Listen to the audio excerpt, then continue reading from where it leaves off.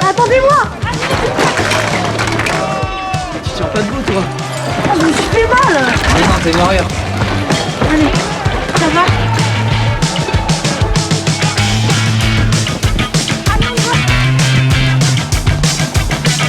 Allez, on y va sur le plat! Là.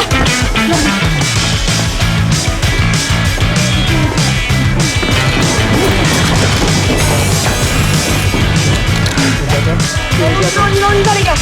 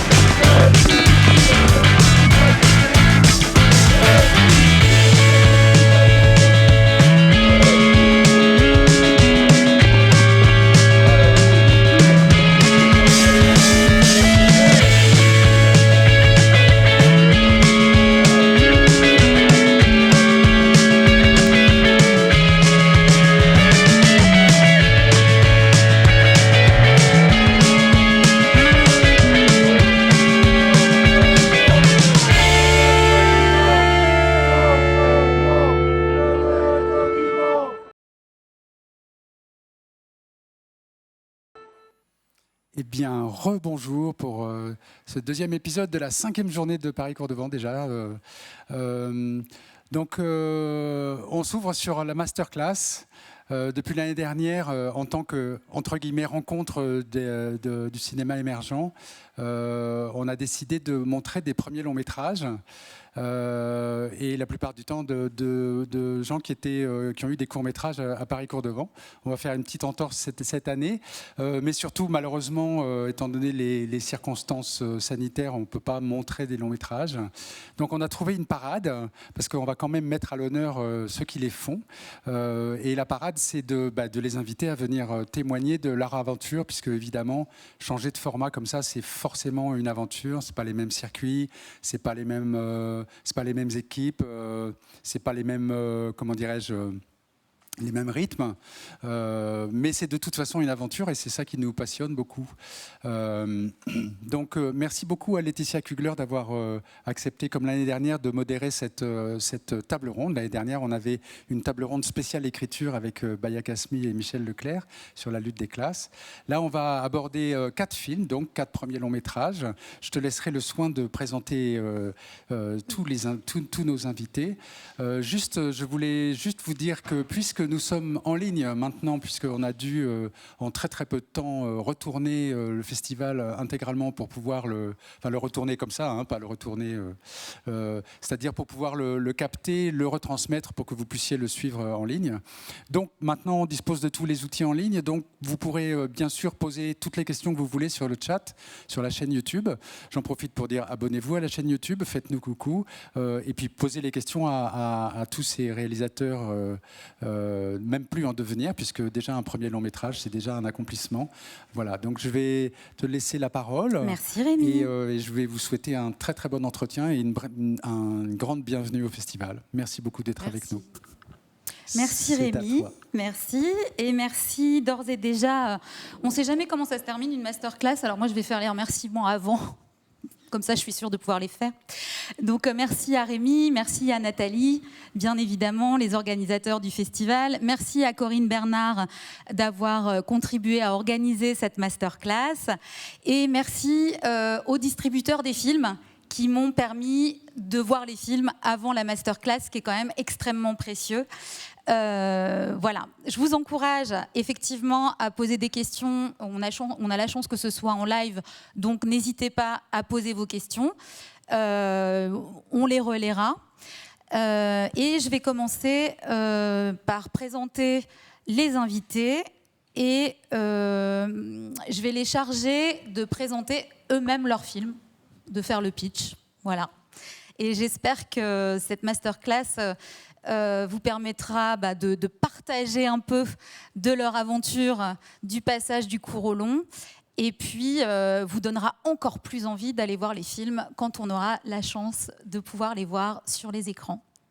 Je vais peut-être voir si Charlène est avec nous. Charlène Favier. Ah oui, Charlène. Non. On ne t'entend pas. Est-ce que tu peux activer ton micro ?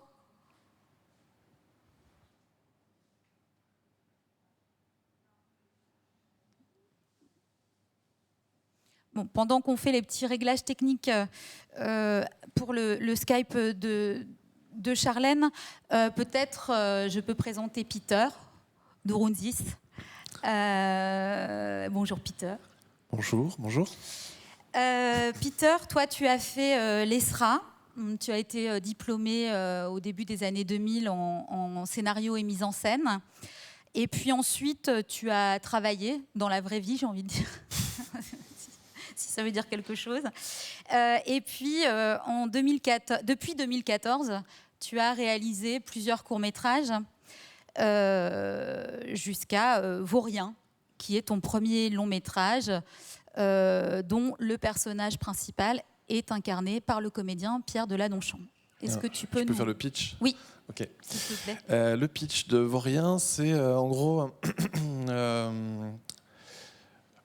un tueur en série. Voilà, c'est un film de tueur en série. C'est un tueur en série qui débarque dans une ville française qu'on ne situe pas totalement, et on suit ses aventures. Sa particularité, c'est qu'il est très sympathique, et finalement, on s'intéresse plus aux personnages sympathiques auprès des gens qu'il croise qu'aux tueurs et aux meurtres qui sont très en second plan. Voilà. Donc c'est un film sur un caméléon, sur un menteur pathologique. Et son errance. Et son errance, c'est ça.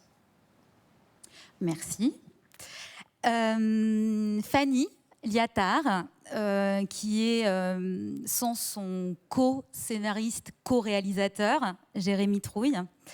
Vous, Fanny et Jérémy, vous avez fait des études en commun à Sciences Po. Et puis ensuite, vous êtes partis un petit peu chacun de votre côté. Jérémy, il a plutôt fait il a fait un master de documentaire à l'USAS, de réalisation documentaire. Et puis toi, tu as travaillé sur des projets artistiques en lien avec la transition urbaine des quartiers. Et je ne le dis pas pour rien, hein, c'est pas du tout anecdotique par rapport au film que vous avez réalisé, puisque on sent beaucoup, en fait, cette influence à la fois documentaire, puisqu'il y a des images d'archives dans le film, donc il y a vraiment une matière documentaire, et puis un goût pour mettre en scène l'architecture urbaine, puisque vous allez jusqu'à ce que le personnage principal, Yuri, qui est incarné par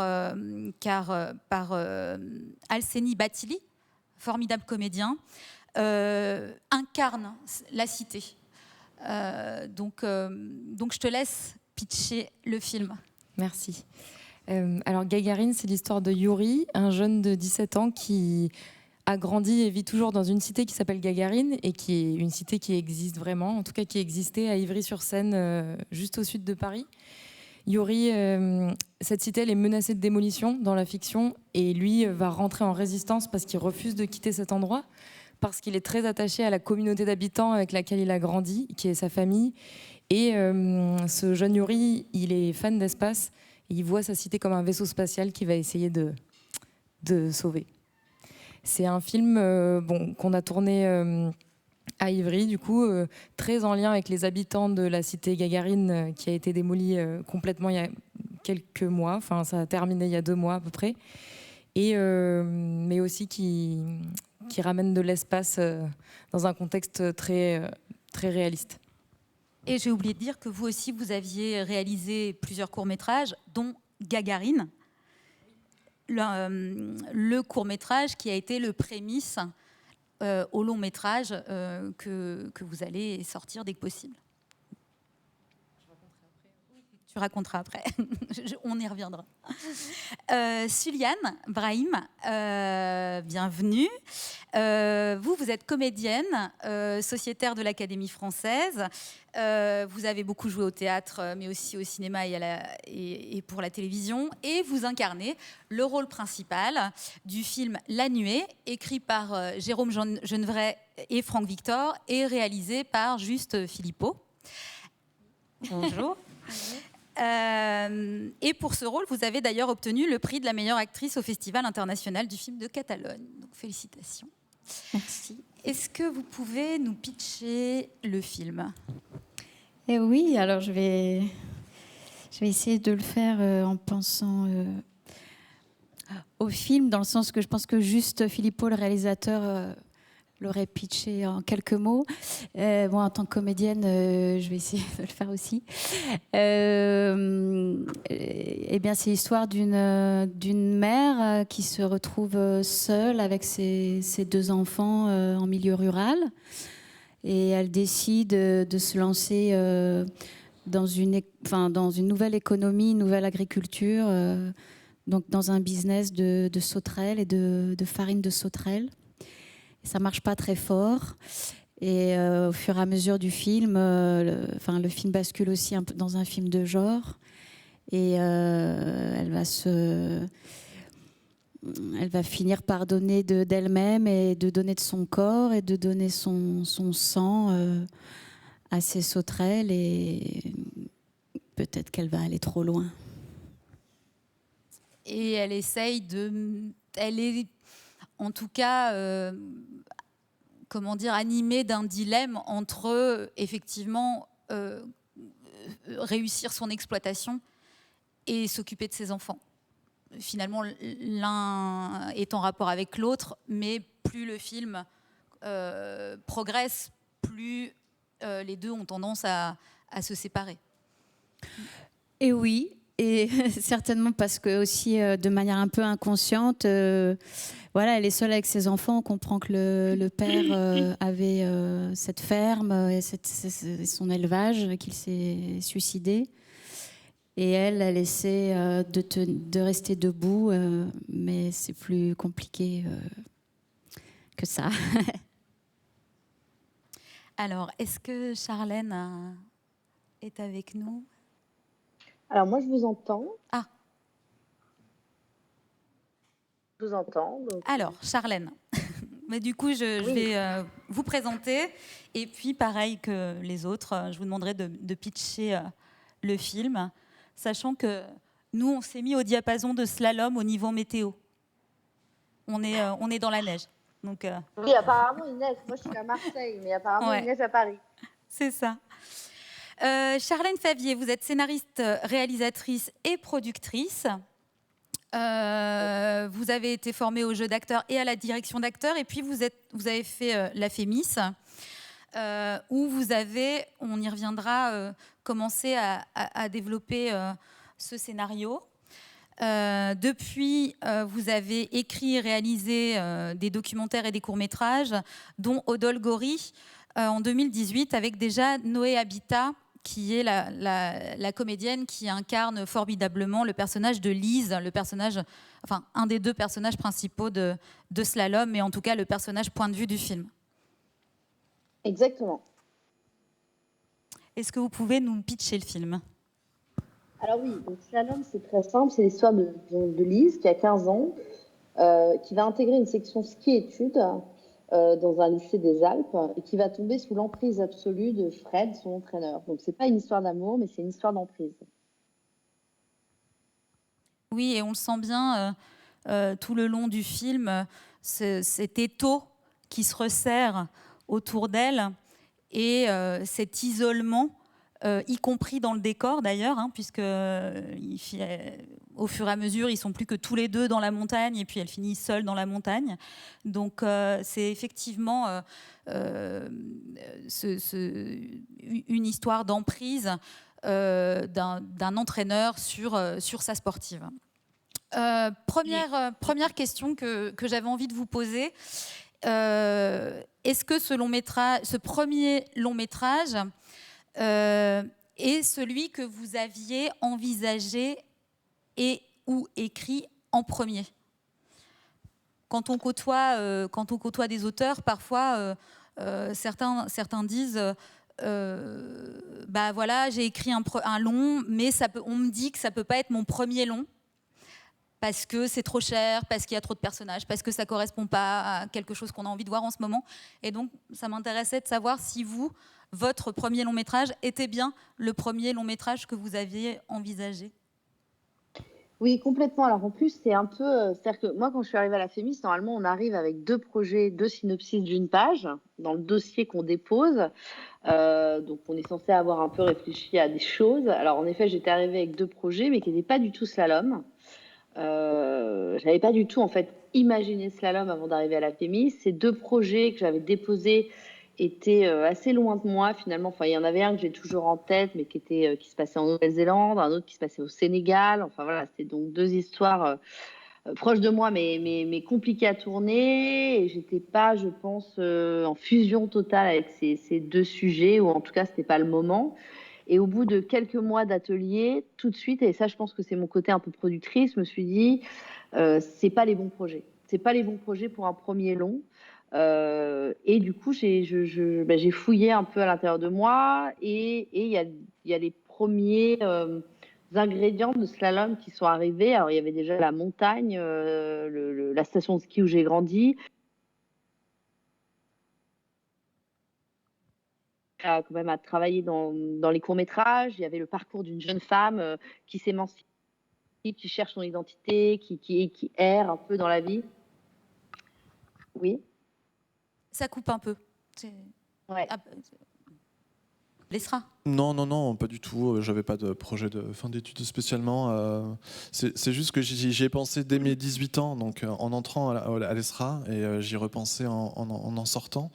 Et disons que ce film-là m'a plutôt projeté vers J'ai travaillé 15 ans au SAMU social, et je pense que Vaurien m'a plutôt conduit comme une poursuite des études, en fait, à aller attraper ce travail auprès des sans-abri. Et essayer de parfaire un petit peu au contact du récit de tous les gens qui contactaient le 115 notamment. Ça m'a aidé à structurer le récit des vraies personnes, est venu un peu enrichir et cadrer le récit que moi j'avais dans la tête et qui était susceptible de partir un peu dans tous les sens. Voilà. Alors dans notre cas avec Jérémy, pour Gagarine, c'était complètement notre première idée de long, puisque en fait Gagarine c'est le premier court-métrage, comme tu l'as dit, qu'on a fait. C'était notre tout premier pas sur un plateau de cinéma, et parce qu'en fait on avait très envie de faire des films, mais on n'avait pas fait d'études là-dedans, pas vraiment. On savait pas trop comment faire, et Gagarine, le court-métrage de 15 minutes, on l'a fait parce qu'on a répondu à un concours de scénario qui s'appelle HLM sur cours. Et donc ça a été un premier cours, et puis tout de suite après l'avoir terminé, on s'est dit mais en fait on avait passé déjà beaucoup de temps dans la cité, rencontré plein de gens qui avaient plein d'histoires de vie hyper intéressantes et qui allaient disparaître avec la fin de cet immeuble. Donc on a eu envie de creuser un peu cette communauté-là, et puis le personnage de Yuri qu'on avait à peine ébauché dans le cours. Donc je me souviens que l'été 2016, du coup, juste après avoir fini Gagarine, on s'est mis à écrire un long, enfin une ébauche de long, et puis on a eu beaucoup de chance parce qu'on a les productrices, Julie Billy de Haut et Court, qui nous a contactés sur Facebook et qui nous a dit j'ai entendu parler de votre court-métrage Gagarine, mais j'ai pas réussi à le voir. Elle voulait un lien, donc elle l'a vu, et on a eu un rendez-vous avec Haut et Court qui nous ont dit est-ce que vous avez des projets de long, parce que Haut et Court ne fait pas de court-métrage, et donc on leur a à l'époque fait lire deux projets, dont Gagarine, mais dont un autre qui était assez balbutiant quoi aussi. Et donc elles nous ont dit allez, c'est parti pour celui-ci. Et donc ouais, c'était notre première volonté, et voilà. Et c'était quand ça, du coup, par rapport à la réalisation du film? Alors donc le film là on l'a tourné à l'été 2019 et on a commencé à l'écrire du coup en 2015. Mais vraiment en 2016, on va dire. Ouais, ça a pris un peu de temps. On a fait des cours entre-temps, mais ça a été un peu un long travail. Ouais. Alors pour La Nuée, les auteurs ne sont pas là, mais je peux peut-être vous éclairer un peu. Ou vas-y. Non, je sais que c'était donc le premier long métrage de Juste, mais que c'était plutôt une commande au départ, puisqu'elle avait participé à des résidences d'écriture justement sur des films de genre. Oui, en fait, c'est les scénaristes qui sont arrivés avec un projet à développer en résidence d'écriture film de genre, SoFilm. Oui. Et ensuite, effectivement, le réalisateur est venu, comme réalisateur sur le projet et a réécrit avec eux, à ma connaissance. Et il avait fait un court-métrage qui s'appelait Ses souffles, qui n'était pas du tout un film de genre, quoi. Et après, il avait fait aussi, je pense, en résidence, un court-métrage qui s'appelle Acide. Et je crois que c'est là qu'il a rencontré... Oui, je l'ai vu en plus. Jérôme et Franck. Oui, et puis même toute puis, l'équipe Capricci. de Capricci. Alors peut-être, est-ce qu'il y a des questions par Internet? Peut-être pas encore. On va peut-être commencer, on va peut-être remonter la chronologie et donc commencer par l'écriture du film et puis du développement. Peut-être pour encourager les gens à ne pas se décourager par rapport au temps que prend l'écriture, le développement d'un long métrage par rapport à un court métrage qui, ceci dit, a une chronologie aussi, mais quand même moindre. Peter, est-ce que tu veux commencer ? Oui, je veux bien. Moi, j'ai compris plusieurs clés, mais qui me sont personnelles. Après, je ne sais pas à quel point c'est universel. Je sais juste que j'écris assez vite et que je réécris lentement. Donc, il faut que la première passe soit quand même pensée, réfléchie à l'avance. Mais bon, j'écris assez vite, c'est-à-dire que je sais que je vais écrire, on va dire, 10 pages par jour. Un conseil, c'est d'écrire, même si c'est mauvais, et sachant que demain, on peut relire et jeter ce qui ne va pas bien et réécrire. Voilà. Mais c'est important. Condition d'être disposé à jeter. Oui, mais je pense vraiment qu'en écrivant, déjà, on se développe un muscle parce que en fait, il y a un mythe de la page blanche que j'ai jamais compris moi personnellement. Je pense à Barton Fink et des frères Cohen. Enfin, ce mythe de la page blanche où on reste bloqué et ça ne vient pas. Et donc ça ne m'est jamais arrivé. Et je suis pas sûr que ce soit vraiment quelque chose qui arrive. La procrastination, ça je connais bien, mais la page blanche, non, je pense qu'on peut écrire des choses très mauvaises et de n'importe quelle mauvaise idée peut en jaillir une très bonne. Et voilà, il faut... Mais du coup, entre le moment où tu t'es mis à écrire et la version finale, il y a eu combien de temps ? Il y a eu 10 ans. Enfin non, il y a eu 20 ans. Oui, parce qu'en fait, donc j'y réfléchis, moi j'ai 20 ans, je me mets à écrire, j'ai 30 ans, et je le réalise et j'ai 40.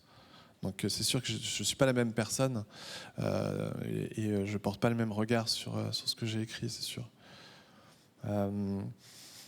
La réécriture est un peu longue parce que c'est vrai que c'est un peu comme vous touchez une scène et hop, il y a une couture qui pète à un autre endroit du scénario. Et c'est un peu plus dur une fois que l'objet est terminé d'apporter des modifications. C'est un peu plus laborieux, mais l'écriture, la phase elle-même d'écriture, je trouve ça vraiment fabuleux, quoi. Voilà. Tu faisais ça en parallèle de ton du travail, SAMU social, ouais. le soir. Ouais, le soir ou au SAMU social. Quand j'arrivais à travailler un petit peu rapidement, je dégageais un peu de temps pour ça, ouais. Toi, Fanny, c'est encore autre chose parce que vous écrivez à quatre mains avec Jérémy. Et j'ai lu que vous aviez travaillé avec les habitants de la cité aussi. Donc, c'est plus quatre mains, là. Oui, donc c'est vrai que pour en tout cas la méthodologie d'écriture, nous, on est déjà deux au départ. Donc, on parle beaucoup. Et puis, c'est vrai que pour tous les films qu'on a fait jusqu'ici, on s'est ancré dans des territoires, mais un peu comme ce que tu racontes, c'est-à-dire que le moteur de l'écriture a été de vivre des choses avec des gens. On n'a pas vraiment écrit avec les habitants, mais par contre, on a, au fil des années d'écriture, passé du temps à Gagarine à faire des ateliers. Il y a une maison de quartier qui existe toujours au pied de la cité. Et on a fait des ateliers, on a fait un court-métrage avec des jeunes du quartier, on a fait des ateliers documentaires avec des habitants de tous les âges. Et c'est vrai que c'était toujours très inspirant pour nourrir nos personnages et tout. Et puis surtout, ça nous donnait vachement de force quand on commence à trouver le temps long, parce qu'on rend des versions à nos producteurs, productrices, et puis que c'est pas encore ça, qu'elles pensent qu'il faut encore travailler pour déposer. Moi je trouve que voilà, vivre des choses à côté. J'ai lu une version, une des versions finales. Ouais. C'est beaucoup plus tard que j'ai lu en rencontrant les deux scénaristes, ou bien parce qu'ils me racontaient, mais tu sais que ça on l'a enlevé, mais en fait il se passait ça et elle faisait ça. Et on se rendait compte quand même qu'il y avait eu une rencontre avec Juste et qu'il fallait que de toute façon il s'empare de cette histoire et qu'il la fasse sienne pour la réaliser, quoi. Donc on n'a plus de contact avec Charlène pour le moment.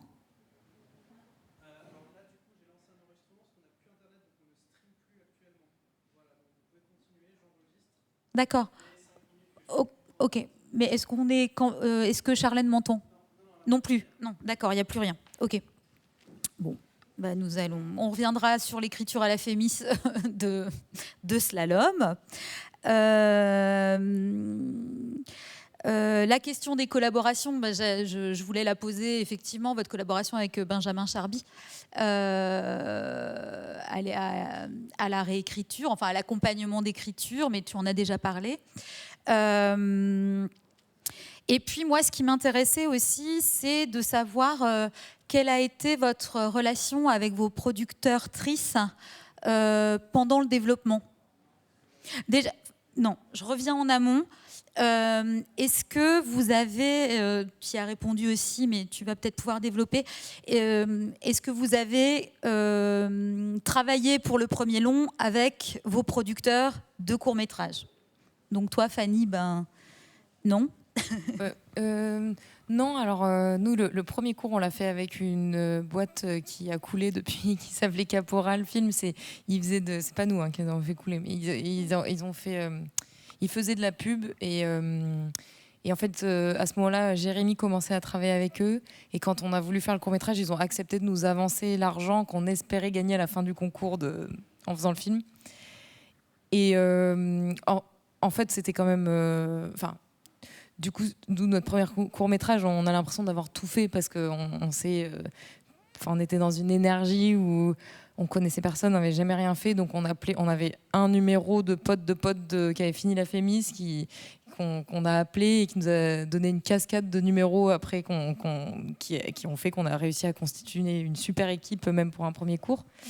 Mais bon, en tout cas, donc cette prod-là, non, on n'a pas continué à travailler avec. Et puis après, on a fait 2 autres courts-métrages avec d'autres productrices, mais en fait, on avait déjà rencontré Oecourt pour le long, donc c'est pour ça que ça s'est pas fait avec les mêmes personnes. Et en tout cas, pour parler du long, cette rencontre avec Oecourt, avec Julie et Carole, elle a été vraiment géniale parce que c'est vrai que nous, on n'était pas vraiment encore dans un moment où on cherchait activement des producteurs ou alors où on se faisait contacter par beaucoup de gens. Donc ça a été une rencontre fortuite, mais qui a vachement bien fonctionné et qui s'est, j'ai l'impression, intensifiée avec les années. C'est-à-dire qu'au début, on rendait des versions parfois tous les 2 mois, et donc on n'avait pas des contacts si fréquents. Moi, parfois, je me disais, nous, on envoyait une version, on était comme ça, on attendait la réponse, et parfois, elle prenait du temps à venir parce qu'elle était très construite, cette réponse. Et en fait, plus on s'est rapproché du tournage, plus nos échanges se sont rapprochés, plus on retravaillait le scénario vite, de plus en plus ensemble. Et puis après, j'ai 1000 trucs à raconter sur la prépa du film, mais je vais peut-être pas m'attarder là-dessus déjà. Mais voilà, en tout cas, depuis, le tournage s'est bien déroulé et on continue à travailler ensemble sur de futurs projets. Donc. Et toi, Peter ? Moi, c'était Guillaume Dreyfus d'Année Zéro, qui était à l'époque avec Stéphane Demoustier. Donc, tous les deux avaient Année Zéro et déjà plusieurs courts-métrages à leur actif. Donc, j'ai fait Errance, qui en fait était grossièrement les 20 premières minutes de mon scénario. qui a donné Vaurien. Donc c'était pour un peu rassurer tout le monde vis-à-vis du point de vue et du pitch sur le tueur en série. C'était ni un film obscène, ni complaisant, ni glauque. Donc voilà, pour montrer un peu patte blanche, on a fait un court-métrage qui a bien marché. Ensuite, on en a fait 2 autres, plutôt des entraînements pour moi, toujours avec la même prod. Et puis ensuite, Guillaume est parti d'Année Zéro, a rejoint 10-15 Productions. J'ai suivi Guillaume. Je me suis retrouvé donc à 10-15 Productions avec Sébastien Genauer et Guillaume Dreyfus. Ils ne se sont pas entendus. Guillaume Dreyfus est parti. Je suis donc resté avec Sébastien Genauer, que je ne connaissais pas. On a fait le film ensemble. Parce que Sébastien a eu l'impulsion nécessaire pour faire le film et ils se sont rabibochés vers la fin. On était en montage d'image. Mais pour vous dire que voilà, j'ai pas fait le film avec un producteur choisi. Néanmoins, j'ai vu quand même, j'ai développé le film avec le même producteur pendant 10 ans et j'ai fait le geste du film avec un producteur que je ne connaissais pas. Et c'est une expérience super dans les 2 cas. Voilà, c'était intéressant, un peu atypique, mais intéressant. Alors pour La Nuée, on le disait tout à l'heure, c'est encore autre chose parce que Capricci, qui est le producteur de La Nuée, organisait la résidence dans laquelle les auteurs ont développé le film et organisait aussi, je crois, une résidence uniquement pour les réalisateurs, et je pense que c'est celle-là que Juste Philippot a faite. Et du coup, là, c'est vraiment comment dire, la réussite d'une espèce d'homogénéité de personnalité un peu hétérogène et qui ne se connaissait pas forcément au début, quoi. Donc, et ça fait un film, donc c'est merveilleux. Ouais. C'était enfin, c'était pas un pari, mais je crois que c'est ça que j'aimais aussi, moi, dans le fait de participer à cette première aventure, à la fois pour Juste et aussi pour Capricci, puisqu'il y avait aussi le challenge de réussir avec peu de moyens un film de genre. Et à quel point, finalement, quand il y a aussi... Enfin, je dis pas qu'il faut qu'il y ait toujours une petite économie, mais... il y a une sorte d'aventure collective avec l'apport de ce que chacun sait faire, peut faire, peu de moyens, et faut faire un film. Et ça laisse des beaux souvenirs parce que c'est une aventure assez collective. Et j'ai beaucoup de chouettes souvenirs. Voilà, et je suis pas sûre que... Enfin, pour avoir eu d'autres expériences, quand il y a plus de moyens, les choses sont chacun un petit peu plus à sa place aussi. Là, il y avait, en plus, on était dans un décor unique, donc on était tous ensemble. Et j'ai l'impression qu'après, il y a quelque chose qui s'imprime de ça aussi dans le film, sur la pellicule. Enfin voilà, ça s'imprime quelque part. Ce côté aussi un peu à l'arrache.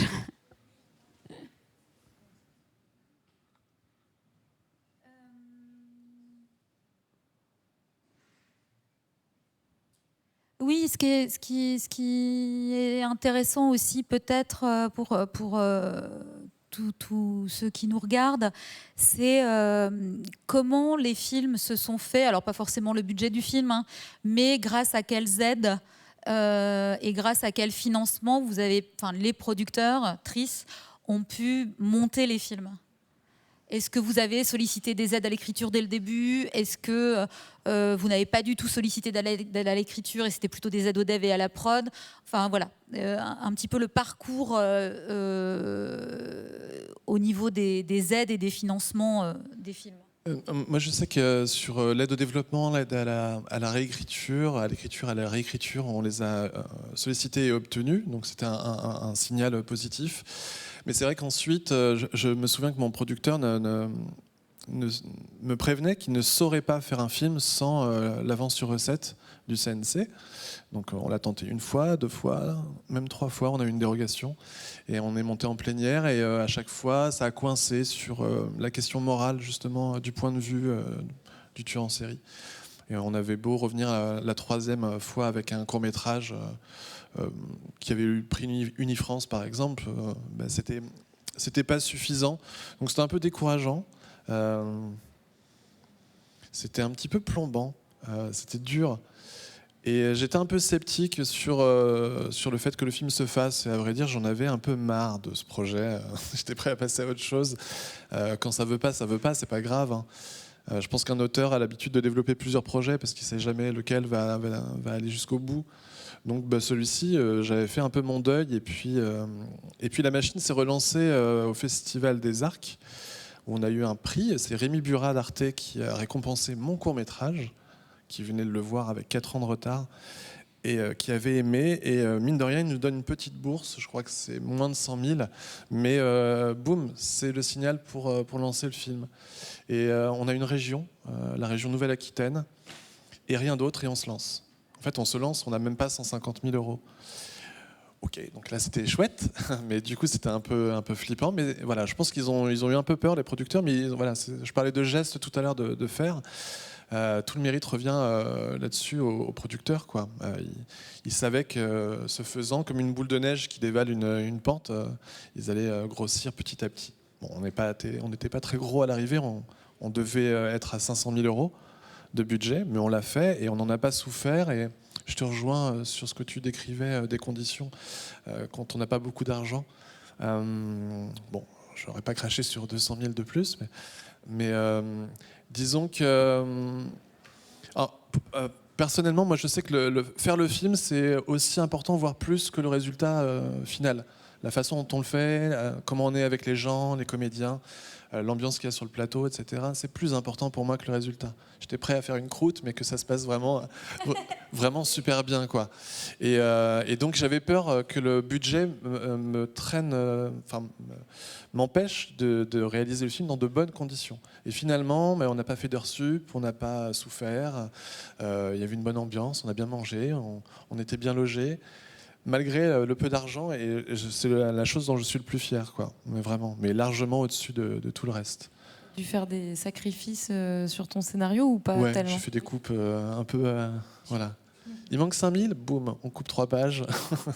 Oui, non, c'était un peu à la hache sur la dernière partie, mais bon, comme le film est une chronique, là, pour le coup, ça m'aidait, puisque je pouvais toujours faire en sorte que... il tourne pas à gauche, il va tout droit, et on évitait 1 ou 2 séquences. Voilà. Ce qui n'est pas facile, ce qui n'est pas possible sur tous les films. Ouais. Et toi, Fanny?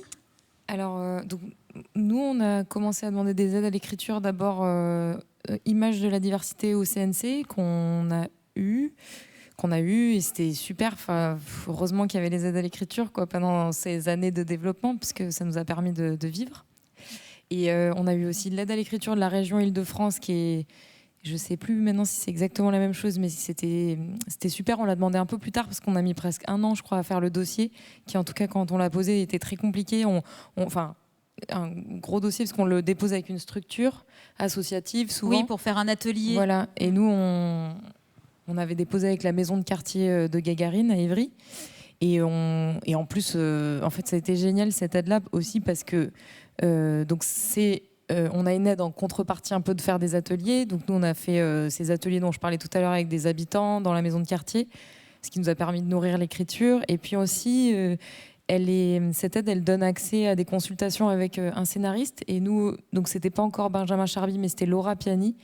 Et c'est comme ça d'ailleurs qu'on a commencé à se dire qu'on pourrait travailler avec un scénariste. Donc c'était super. Pour les aides à l'écriture, je crois que c'est tout. Et ensuite, et aussi, nous, ça a été hyper important. On s'est créé des résidences pour aller écrire avec Jérémy, parce que pour s'extraire un peu de notre vie quotidienne et se créer des bulles d'écriture. Et notamment, on en a eu une super qui est à Clermont. En fait, on a le droit d'y postuler quand on a eu un court-métrage en compétition à Clermont. C'est dans une super maison à côté de l'école d'architecture à Clermont. Il y a une bourse avec. Donc, on n'a pas écrit que le long là-bas, mais c'était pendant 1 mois un truc hyper... une ambiance de travail vachement propice à avancer, à être sérieux.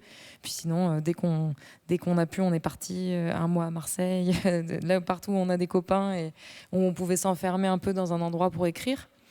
Et ensuite, nous, pour le financement pour le tournage, on avait la deadline, enfin le compte à rebours de la cité qui allait être démolie, et on voulait absolument tourner dans ce décor qui nous offrait un studio d'une cité fantôme vidée de ses habitants, puisque elle a commencé à être vraiment très très vide à l'été 2018, la cité déjà. Et contrairement à toi, par contre, nous, on savait que le film il demandait un budget assez important, parce que il y a un peu de science-fiction dans Gagarine, et donc des effets spéciaux, et voilà. Enfin, le budget on n'aurait jamais pu le faire partir avec pas assez d'aide, quoi. Du coup, je crois qu'on a posé une première fois au CNC, un peu pour sentir l'ambiance à l'automne 2018. On a eu une PSR, et puis on a posé à l'Île-de-France. Peut se représenter. Et ensuite, on a déposé à l'Île-de-France, et je crois que la région, c'est dur, parce qu'on est en concurrence. Enfin, au CNC, il y a un premier collège pour les premiers films. Par contre, à la région, on est en concurrence avec tout le monde, tous les gens qui veulent tourner en Île-de-France. Et c'était une aide qui était hyper importante pour nous. On est trop contents parce qu'on l'a eu, c'est la première qu'on a eue. Et puis pour nous, ça avait vachement de sens. On tournait, notre histoire, elle est tellement... Enfin, elle est très ancrée dans le territoire. Elle revient sur l'histoire des grands ensembles un peu, et voilà. Donc on était très contents qu'ils nous financent. Et puis, et je pense que ça a aidé évidemment. Après, on a repassé le CNC, et je crois qu'on n'avait pas trop le choix que de l'avoir si on voulait tourner dans la cité. C'était en janvier 2019 et on l'a eu. On a eu l'avance sur recette. Et après, il y a les chaînes qui ont suivi. Il y a eu Canal+ et France 3 qui nous ont aidés. Et après, moi, je ne connais pas les détails du reste des financements, mais au final, on a eu un budget, je crois, de 2,3 millions à peu près pour faire le film. Et ça a l'air beaucoup, c'est vrai, mais ça ne l'est pas. Hein. Bon, de toute façon, tous les budgets... mais ça ne l'est pas, c'était quand même serré. On a quand même dû faire des coupes aussi et des sacrifices, mais qui ont été... avec du recul aussi hyper important et intéressant, parce que pour rester sur l'essence de la dramaturgie et peut-être enlever les choses qui étaient pas nécessaires. Et donc voilà, finalement on a été plutôt bien. Enfin, je crois qu'on a eu tout ce qu'on pouvait avoir, et malgré ça, c'était quand même la course. Mais voilà. Et pour la nuée, le film. Enfin, moi, j'ai pas trop de visibilité sur les financements, mais en tout cas, il a eu l'avance sur recette, film de genre, qui était consacré cette année-là au fantastique, parce qu'il n'y a pas que le fantastique comme genre. La comédie, c'est un genre, la comédie musicale, c'est un genre, le western, c'est un genre, le thriller, c'est un genre. Je dis ça pour les gens qui s'insurgent là que cette année, l'intitulé de l'avance sur recette spéciale genre, ce soit la comédie, sentimentale, enfin la comédie romantique, en disant que c'est pas un genre. Ben si, en fait, c'est un genre. Mais bon, bref, ça c'était un aparté. Donc ils ont eu cette avance sur recette qui a quand même permis d'avoir une économie très très serrée, mais quand même ce financement-là, quoi. Je pourrais pas en dire plus sur le financement. je ne le connais pas. On a Charlène, voilà, toujours bien, pas. D'accord. Alors après.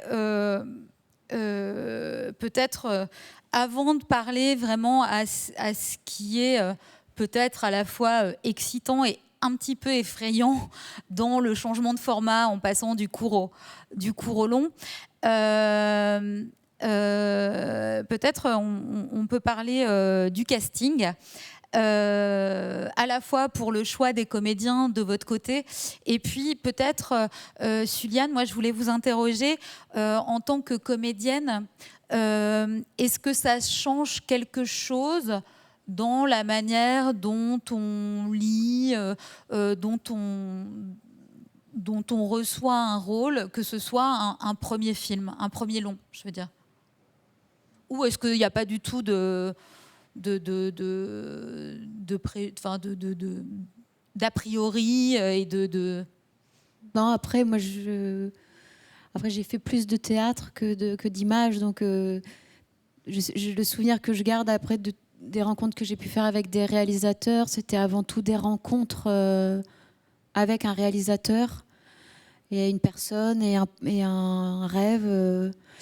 Et souvent, d'ailleurs, je les ai d'abord rencontrés et après, j'ai lu. Non, non, pour moi, non. Mais ce qui compte, par contre, oui, c'est la rencontre avec une personne, un chef-op aussi. Ça, je sais que maintenant, j'aime bien. Ça m'intéresse. Je sais que sur le plateau, après, c'est un truc que j'aime. J'aime beaucoup travailler avec le chef-op et tout ça. J'aime bien quand ils sont mobiles, quand on peut travailler ensemble. Mais c'est surtout une rencontre humaine. Et puis quand même le rôle. Et le rôle, oui, bien sûr, mais j'ai quand même souvent remarqué que quand il y a eu une vraie rencontre humaine, souvent ce que j'ai lu derrière, c'était à la hauteur. La suite logique de la personne que j'avais pu rencontrer. Et par exemple, toi, Peter, Pierre Deladonchamp, ça a été une évidence tout de suite Non, pas du tout, il n'est pas là. non, en fait, comme je l'ai pensé le film il y a 20 ans, Pierre, je pense qu'il n'avait pas démarré sa carrière. Quand j'ai commencé à l'écrire, je pense que je n'avais pas vu L'Inconnu du lac, de toute façon ça doit dater de 2011, je parle de 2010. Donc en fait, à cette époque-là, j'ai Roche Dizem en tête, mais pour m'aider à l'écriture, hein, pas pour parce qu'il venait de faire les films de Siegfried, Louis Tectou, Sansa, qui m'avaient plu. Donc ça m'a servi à mettre un visage. Mais finalement, le projet était sans comédien pendant très longtemps. Et quand vraiment on a démarré, on a mis le feu vert, il a fallu se poser une vraie question là-dessus. Et donc moi j'avais résolu le problème en me disant que ce serait Patrick Devers qui jouerait le film. Je l'ai écrit comme ça, j'ai fait les réécritures, avec un acteur mort, c'est parfait. Pour pas avoir de faux espoirs, ça m'a beaucoup aidé. Et quand j'ai rencontré Pierre, du coup on a parlé de Patrick Devers pendant 1 heure, je crois. Et il était content il comprenait le côté populaire, un peu sombre, puis en même temps. Finalement, on était dans le ton, Mais dès qu'on s'est rencontrés, ça a matché très, très facilement. Ouais, je crois qu'on a parlé de tout sauf du film, par contre. Et puis séduisant, parce que c'est aussi ce qui est intéressant pour ce personnage de tueur en série. Oui, mais du coup, il faut faire attention. Enfin, moi, je sais que j'avais pas envie qu'il soit trop séduisant. Enfin, d'une certaine manière, en tout cas. Pierre, moi, il me fait flipper, hein, personnellement. Je trouve pas que séduisant. Il me fait peur un peu. Et puis, je sais pas, c'est un homme blanc de 40 ans. Il a l'archétype des dominants. Il y avait cette notion-là qui était intéressante à son corps défendant. Moi aussi, je me suis rendu compte en écrivant que je suis blanc, j'ai 40 ans, je suis un homme. Et que forcément, ça a un impact sur tout ce qu'on écrit, sur tous les gens avec qui on travaille et sur la façon dont les gens vont percevoir le film. Donc tout ça, c'était intéressant de le mettre au cœur de l'écriture et ensuite, à l'étape du casting, de porter le film avec Pierre et de se dire que si on est un peu flippant tous les deux, c'est aussi parce qu'on a ces attributs-là, quoi. Voilà, puis après, moi je tourne, je me souviens, 4e jour, Adèle Haenel fait son interview sur Mediapart. Je me suis pris MeToo. J'ai trouvé ça formidable depuis le début. Donc moi, je me retrouve avec un vieux film de tueur en série. C'est pas évident, que c'est pas si facile que ça. On est obligé on peut pas faire le film de la même manière il y a 10 ans aujourd'hui. Aujourd'hui, en fait, c'est un film qui est conscient de tout ce qui s'est passé et qui essaye de rester à jour sur ces questions et même de pas courir après le wagon, quoi. Voilà. C'était important pour nous de pas être complètement désynchronisés, quoi. Parce que c'est une chose de l'écrire il y a 10 ans, mais quand on le réalise, faut pas accoucher d'un fantasme de cinéphile. Faut quand même rester un peu comme tu disais, il faut que tu filmes avant que l'immeuble s'écroule, quoi.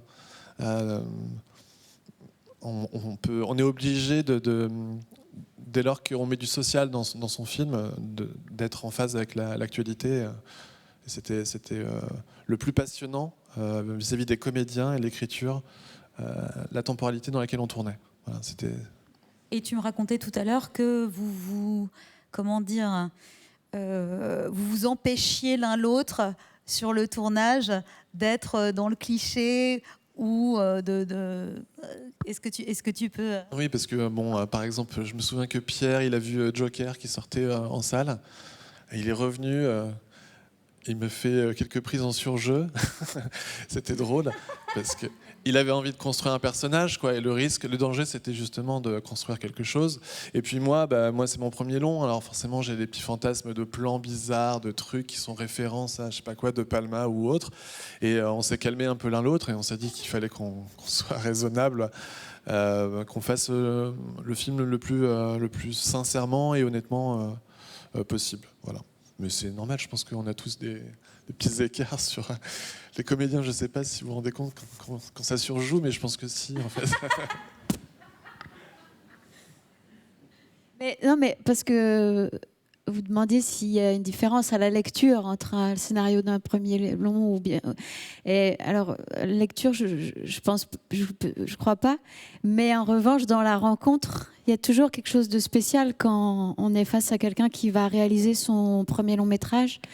Peut-être parce qu'on a vu 1 ou 2 courts-métrages, mais même en ayant vu 1 ou 2 courts-métrages, la promesse d'un long, les étoiles dans les yeux, où on imagine tout le chemin solitaire, ou bien plutôt ou des choses quand elles sont collectives, là au moins vous êtes 2, et puis il y avait tout un groupe on comprend là, derrière.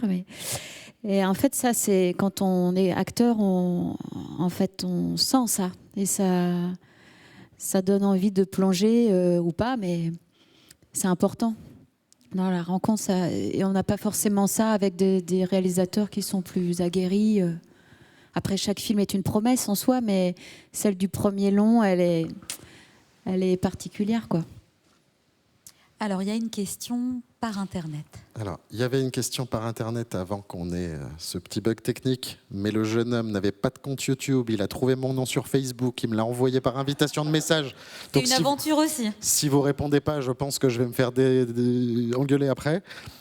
Je pense que c'est un jeune réalisateur qui demandait si à l'écriture, vu que c'était un premier long, vous vous êtes empêché certaines choses, et du coup, si vous avez écrit comme on écrit des cours en termes de contraintes, en se disant ça je l'enlève, ça je peux pas le faire, ça va être trop cher, ça on me dira non, ou si vous êtes lâché en disant de toute façon j'écris normalement et on verra plus tard en prod si on me dit d'enlever ça, de changer, etc. Voilà. Je commence. Non. Alors nous, je pense qu'on s'est laissé assez libre d'écrire tout ce qu'on voulait, mais quand même dans la limite du raisonnable. C'est vrai, enfin forcément. J'essaie de réfléchir, qu'est-ce qu'on s'est empêché. Non, mais par contre, pour moi, la grosse différence, mais je ne sais pas si c'est ça la question, mais c'est que, oui, les cours, nous, on les avait écrits en peu de jours, sans les retravailler vraiment.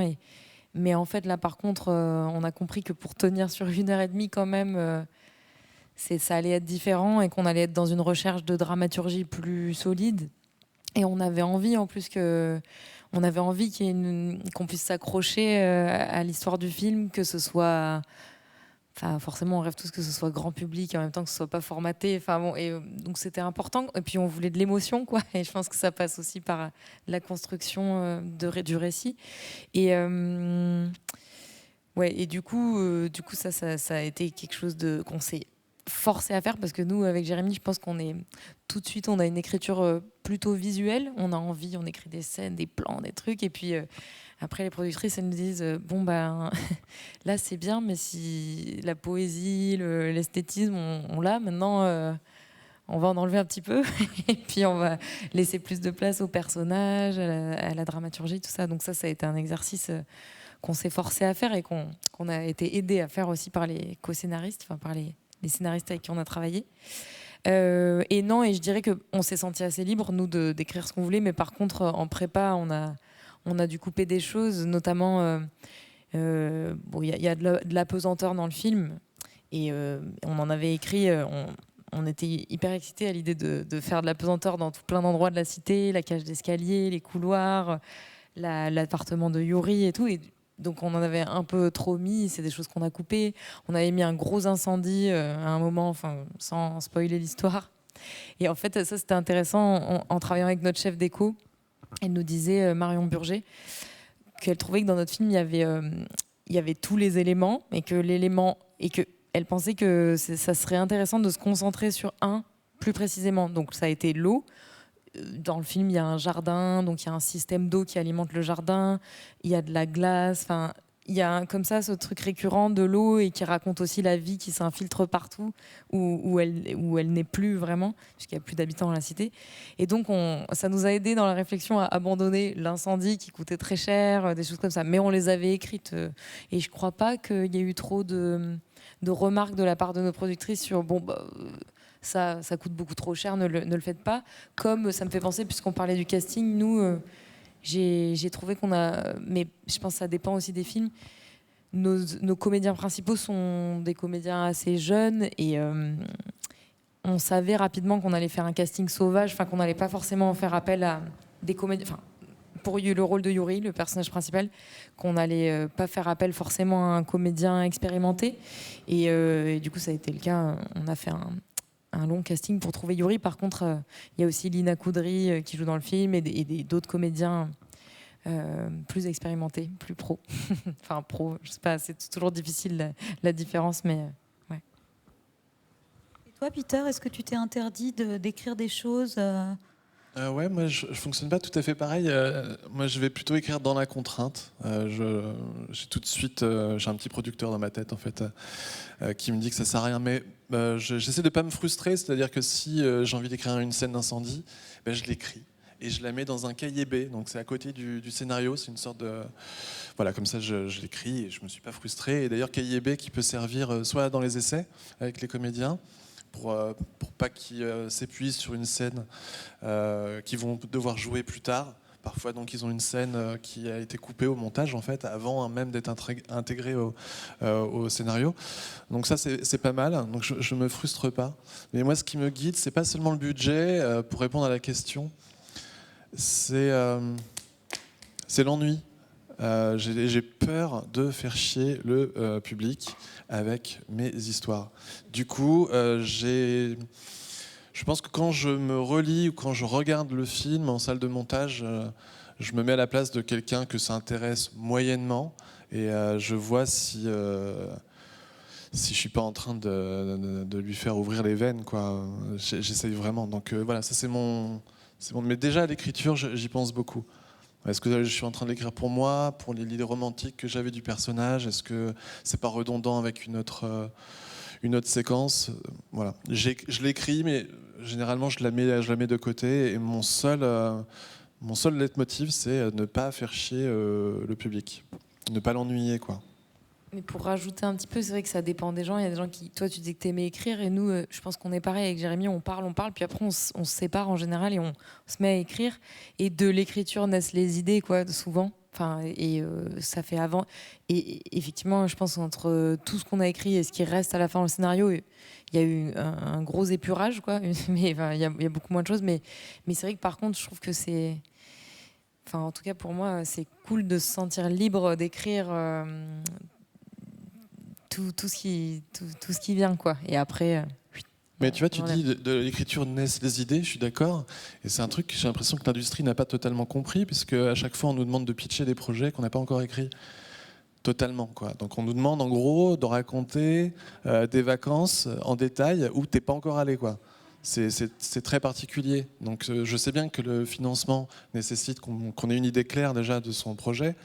Mais enfin, c'est quand même très particulier de devoir faire un séquencier, un traitement, alors qu'on n'a pas eu le temps de voyager et de faire les rencontres et de discuter avec les gens. Et c'est aussi pour ça que je trouve que c'est super d'être bien entouré quand on écrit, que ce soit par des productrices, des producteurs, ou des amis qui acceptent de lire ce qu'on est en train de faire et qui sont de bons conseils, quoi, dont on respecte en tout cas les retours.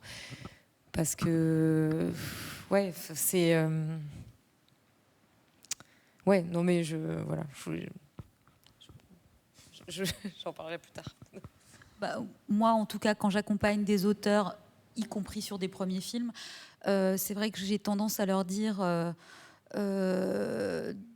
d'écrire au maximum en fonction de ce qu'ils voudraient faire dans l'idéal, dans la mesure où ça respecte effectivement une dramaturgie plutôt opérante, etc. Et que les contraintes arriveront bien assez tôt. Voilà. Donc j'encourage toujours à aller au max. Et puis après, s'il faut revenir sur les choses, on revient. Mais c'est quand même pas mal d'avoir une impulsion qui va jusqu'au bout, sans entrave. Et ensuite, revenir dessus. Et en fonction des contraintes obligatoires, de retravailler. Mais bon.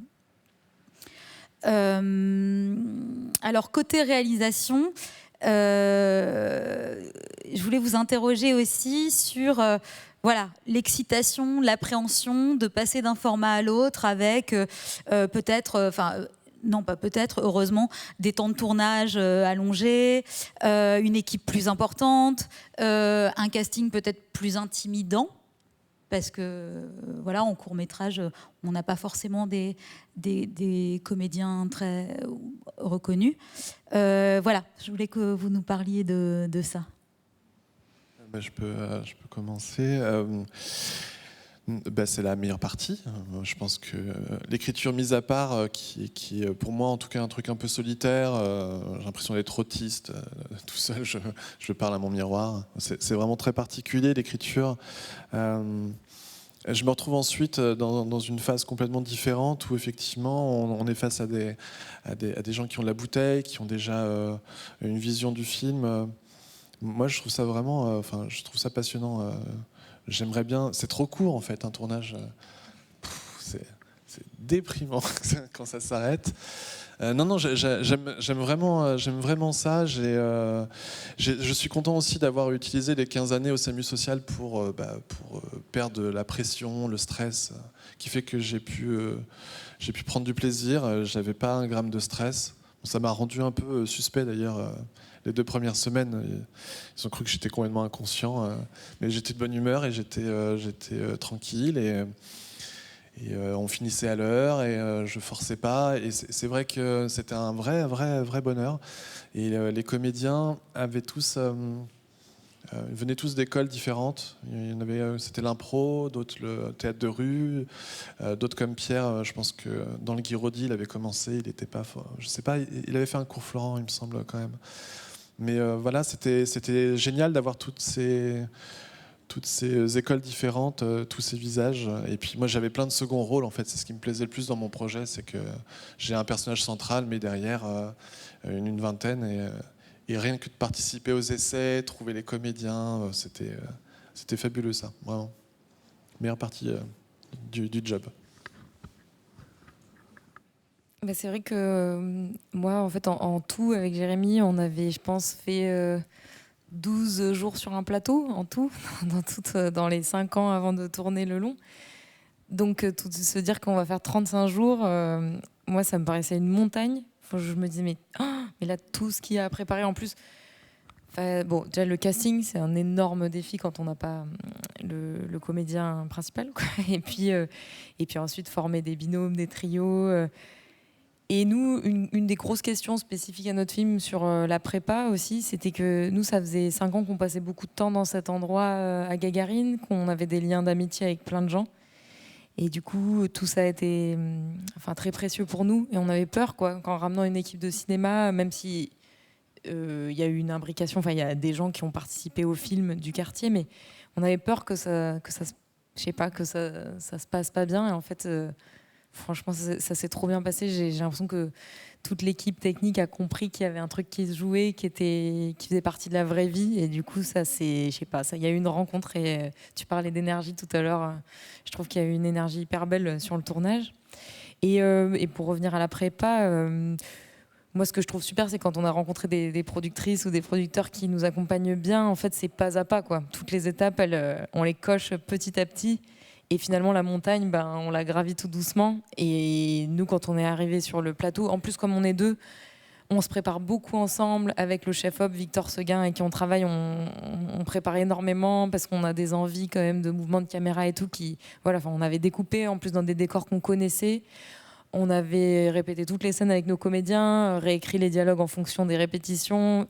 Donc, et comme aussi on savait qu'on n'avait pas le temps de déborder, pas droit à des heures sup, on était quand même assez calés. Après, on n'est jamais à l'abri d'un accident, mais nous, il n'y en a pas eu de gros, à part des décors qui ont failli disparaître, mais finalement, c'est pas arrivé.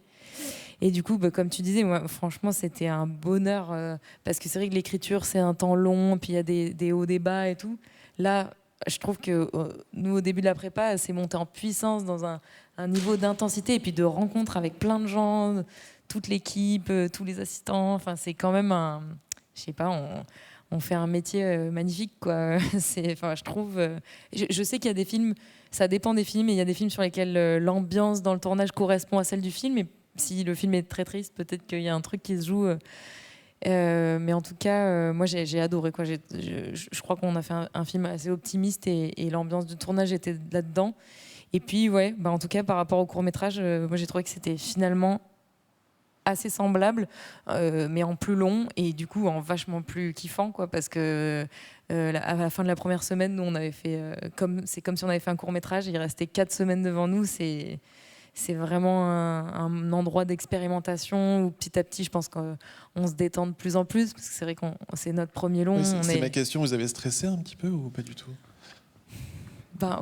Oui, mais... Ça part petit à petit? Je trouve pas tant que ça. Et puis, en tout cas, nous, on a vachement ce fonctionnement à deux, que quand il y en a un qui stresse, l'autre le détend. Et inversement, on sait que on porte la responsabilité à deux. Et souvent, je me souviens, on était à Ivry, donc le soir, c'était l'été, on partait du tournage, parfois dans la nuit, en vélo, tous les deux.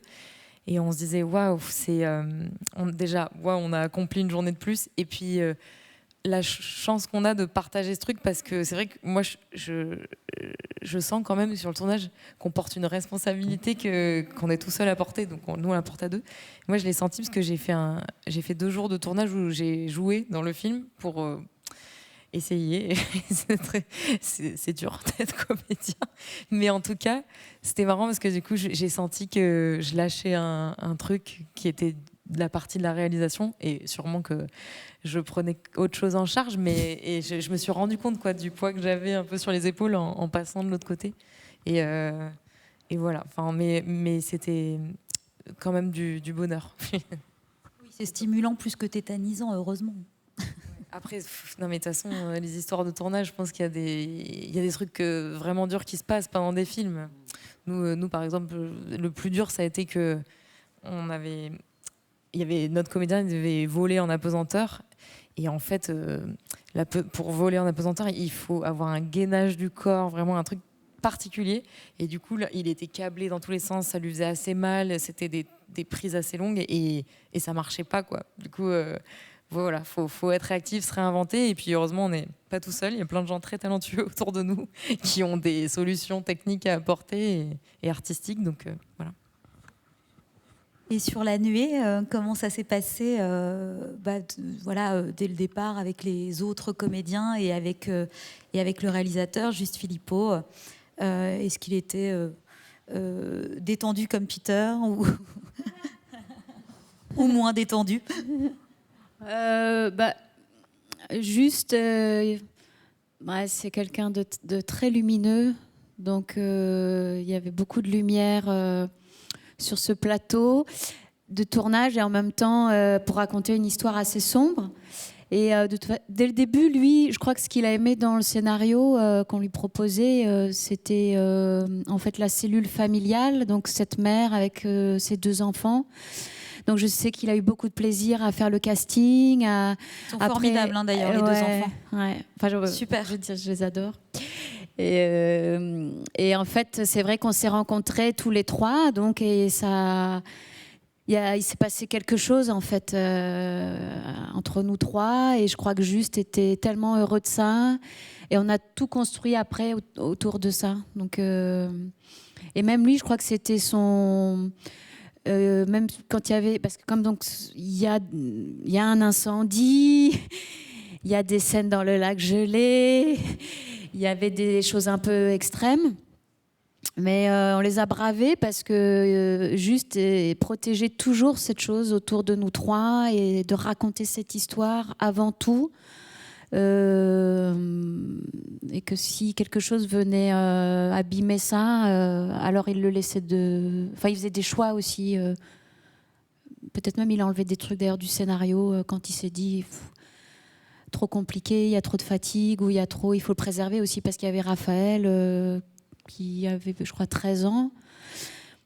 Mais juste, oui. Après, je pense que comme c'était son premier long et qu'on était loin de chez nous, donc il y a eu des moments où moi j'étais avec lui le soir et on parlait de la journée ou de ce qui se passait. Donc je pense qu'il y a de toute façon, quand on est réalisateur, une solitude à la fin de la journée parce que de gros sur les épaules et parce qu'il faut à un moment donné, quand il y a un choix à faire et où c'est l'acteur qui se tourne en disant qu'est-ce qu'on fait, ou bien un chef-op, ou bien d'un seul coup une équipe entière, il fait je crois que c'est à toi là de décider. Au final, c'est vrai que c'est quand même lui qui mène un peu la barque. Donc, je sais qu'il y a eu des moments forcément de solitude.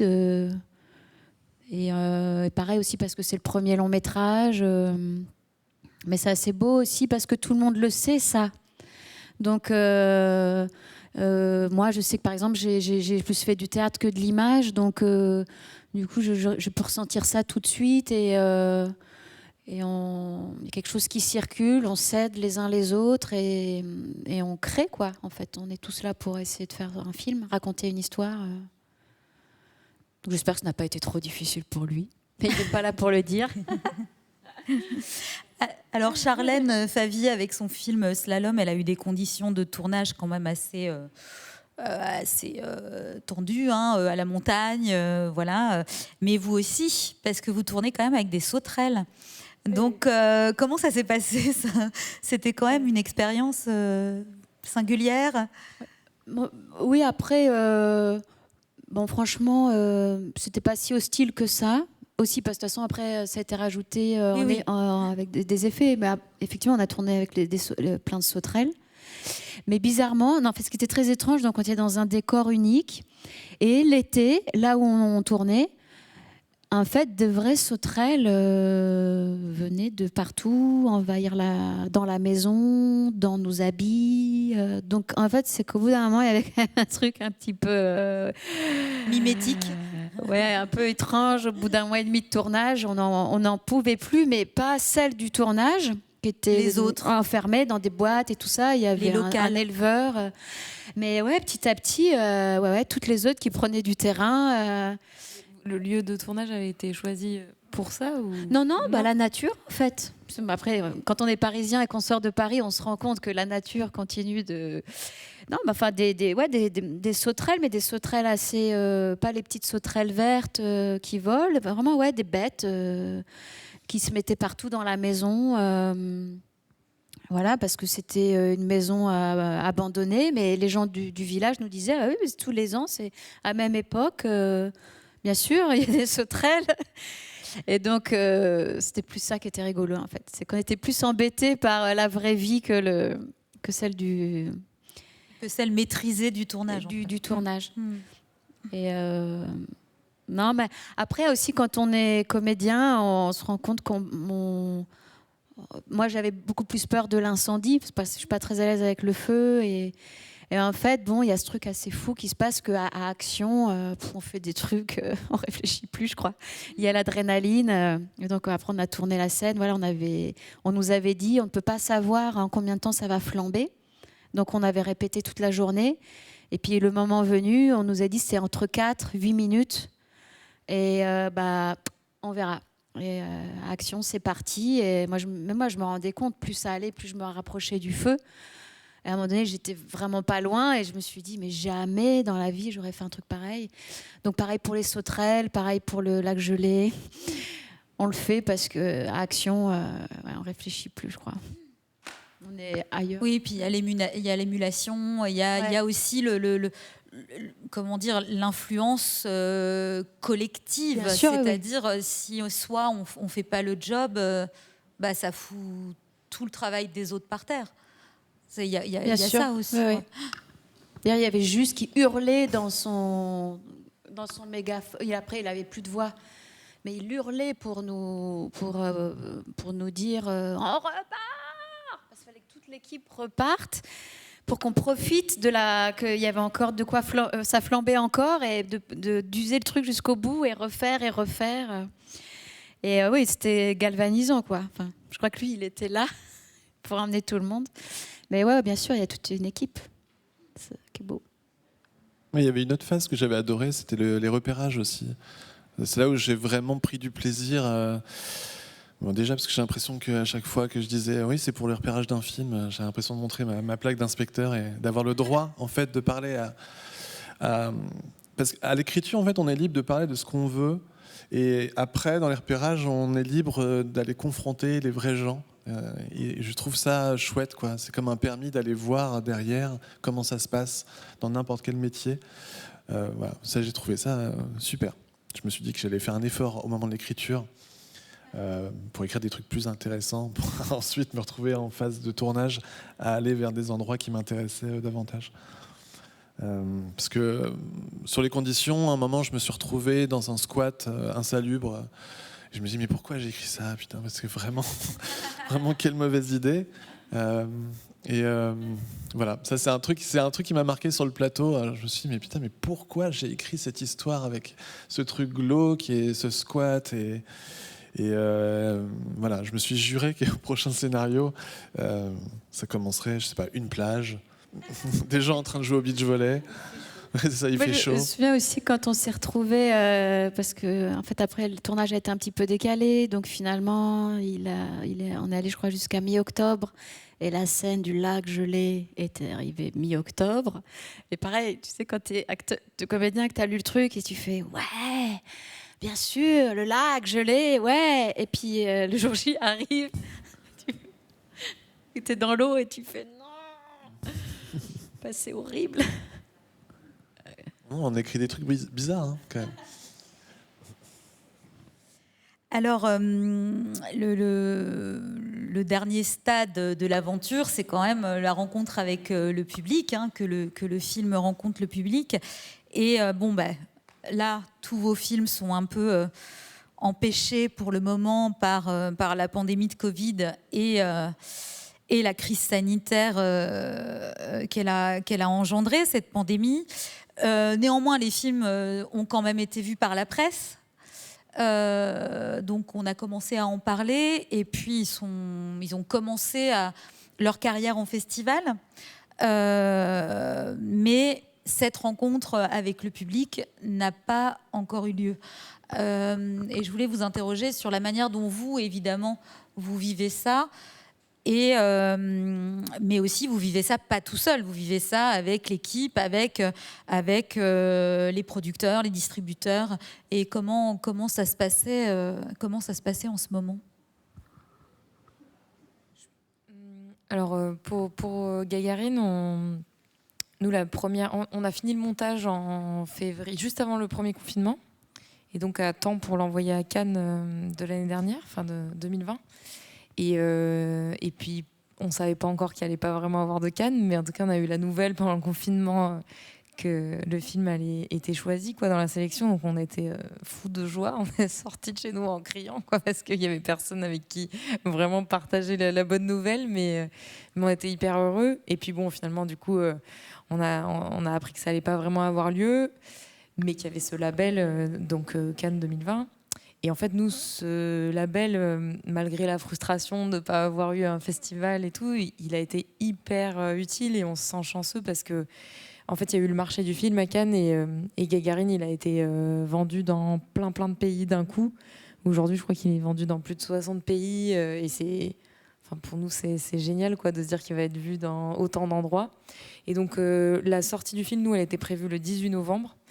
On avait commencé à aller dans quelques festivals en Europe qui étaient encore... on s'est croisés à Hambourg ensemble. On est allé en Belgique, en Allemagne, en Italie. Et donc, on a commencé quand même à rencontrer un peu de public, même si c'était des jauges limitées. Et puis, voilà, c'est vrai que c'est un bonheur quoi, de sentir, en plus à l'étranger, que le film peut toucher des gens. Et on a aussi commencé une petite tournée en France. On l'a montré au Festival Lumière à Lyon, on l'a montré à Bordeaux, dans quelques villes, quoi. Et malheureusement, on n'a pas eu le temps, nous, de le montrer à Ivry, qui était quand même... et donc, ni l'équipe, enfin, une partie... Tous les acteurs n'ont pas vu le film, ni les habitants de la cité. Donc, moi, je sais que ma plus grosse frustration, elle est là. J'attends, quoi, avec impatience ce moment où on va être ensemble dans une salle et voilà, parce que c'est un film qui est aussi un objet de mémoire un peu sur un endroit et qu'on va partager ça enfin. Mais je sais pas, je me dis, je suis confiante, quoi. On a eu aussi de la chance, je pense, de pouvoir faire nos films, de pouvoir les financer quand c'était encore pas trop compliqué. Enfin, même si je sais que les tournages ont repris et tout, mais quand même, voilà, ils sont faits, ils sont au chaud. Et nous là, on avait une autre date de sortie qui est toujours le 24 mars, mais bon, on n'y croit pas trop. Et voilà, on est en communication permanente avec la distribution qui est haut et court, les vendeuses internationales de Totem, nos productrices. Mais voilà, on est tous impuissants et je me dis que dans toute cette situation, on n'est pas les plus malchanceux, quoi. Nous, voilà, on a notre boulot maintenant, c'est d'écrire un nouveau film et du coup, on a du temps pour ça. Donc voilà, on se réconforte comme on peut. Moi, je suis d'accord avec toi, chance et malchance, parce que malchance pour tout ce qu'on sait. La frustration aussi, pareil pour moi, de ne pas avoir pu le montrer aux membres de l'équipe. Ah, ça m'énerve, ça. Et chance, parce que oui, le label Cannes, on ne sait pas si on l'aurait eu en année normale, en fait, puisqu'il y a incontestablement des gros films qui se sont décalés à l'année d'après. Ça a laissé l'opportunité pour nous d'apparaître, parce qu'on est des premiers films. Généralement, les premiers films, ils ne vont pas en sélection officielle. Donc on est conscient de la chance qu'on a d'avoir un peu de visibilité. Puis en même temps, Cannes, on n'a rien vu de Cannes, clairement. Donc... je sais pas, moi je suis pas inquiet non plus. Il est dans les tuyaux, il est dans la file d'attente. On se concentre sur la suite. Moi je pense beaucoup aux distributeurs, effectivement, dont la partie commençait à peine, enfin allait commencer. Le producteur, c'est terrible pour eux parce que c'est vraiment dans ces moments que ça devient vraiment intéressant, quoi, quand le film se lance. Mais curieusement, je ne suis pas centré sur le cinéma. Je pense beaucoup aux restaurateurs, souvent en fait, beaucoup plus souvent presque, ou aux gens qui travaillent la nuit. Peut-être parce que j'ai bossé la nuit pendant 5 ans. Je me dis, mais je ne sais même pas comment ils font pour tenir. Donc voilà. Et après, je repense que j'ai un film. Mais vraiment, c'est vraiment lointain par rapport à la situation, quoi. Et pour La Nuée, comment est-ce que l'équipe a vu le film Pas toute l'équipe. On a été quelques-uns. On a fini par pouvoir le voir. Je crois que c'était en septembre à Paris. Et en fait, oui, c'est tous ceux qui travaillent à la distribution, tout ça, où ils lâchent rien, comme on dit. Enfin, je dirais, je reçois des messages. Enfin, il y a toujours, ils attendent une nouvelle date de sortie. Ils sont toujours enjoués. Enfin, ils sont contents. Ils attendent. Ils sont dans une énergie qui fait du bien aussi. Après, c'est vrai que là, les théâtres sont fermés. Ce film, nous, on l'a tourné il y a déjà 1 an et demi. Donc, on est un petit acteur. Alors on est un peu il y a un truc qui s'est un petit peu arrêté. Et que des fois, quand ça dure trop longtemps, après, on va pas très bien parce qu'il y a quelque chose qu'on ne peut plus exprimer. Enfin là, ça commence à être un peu long. C'est parce qu'on, du coup, on n'est pas dans des rythmes d'écriture ou c'est pas des métiers qu'on fait de manière solitaire. Donc, le groupe, le collectif, tout ça. Plus de répétition. Là, ça commence à être long. Mais évidemment que je pense pas. Enfin, c'est un peu pareil. Je pense pas à notre situation tous les jours ou à ma situation tous les jours. Je pense aux autres, qui sont en train de perdre beaucoup de choses aussi. Oui, il y a une incertitude sur la date de sortie, mais il y a quand même, c'est compensé par la certitude que le film va sortir C'est dans le contrat, a priori. C'est ce que m'a dit mon producteur hier. C'est-à-dire qu'ils ne peuvent pas décider... ils sont obligés d'avoir notre accord si jamais ils veulent le lancer sur une plateforme. Donc, moi, je ne suis pas inquiet. Hein, et puis même, combien même ça devrait être le cas, je ne sais pas. Puis en fait, j'ai pas d'enjeu parce que le film il a coûté 5 €, donc je suis pas inquiet sur cette dimension-là. C'est vraiment les risques. Ils ont été pris par le distributeur, le producteur, donc c'est vraiment pour eux que c'est frustrant. Moi, de l'avenir du film ne dépendra pas de est-ce que je vais faire un deuxième. Il paraît clair qu'on va en faire un deuxième, donc autant mettre l'énergie pour le réussir et refaire les mêmes efforts et plus rapidement que peut-être que pour le premier. Oui, alors justement, parlons du deuxième, parce qu'on espère bien qu'il y aura un deuxième. Qu'est-ce que vous abordez différemment par rapport au premier ? Déjà, dès l'écriture, en fait, dès la conception, quoi. Alors, moi, je sais que je vais essayer de ne pas m'épuiser autant que sur le premier. Le premier, que j'essayais de parfaire à chaque fois qu'on avait une commission CNC qui pointait le bout de son nez. Et puis, en fonction des divers retours qu'on a, on adapte, on modifie, on essaye de le rendre parfait, le plus solide possible. Finalement, c'est un peu vain parce qu'il va encore changer, quoi. Et vu comme il a considérablement changé après les repérages, sur le tournage, le montage image, le montage son, on peut peut-être se calmer un petit peu sur le scénario, c'est une étape importante, mais je sais maintenant que je vais m'économiser. Il y a au moins une dizaine de versions que j'aurais pu ne pas relancer, quoi. Et pour pas dévitaliser le projet non plus. Je vais essayer d'être un peu plus performant, c'est-à-dire de mieux écrire, mais aussi de moins écrire, de moins réécrire, quoi. Voilà. C'est le truc que je me suis promis de faire, ma résolution.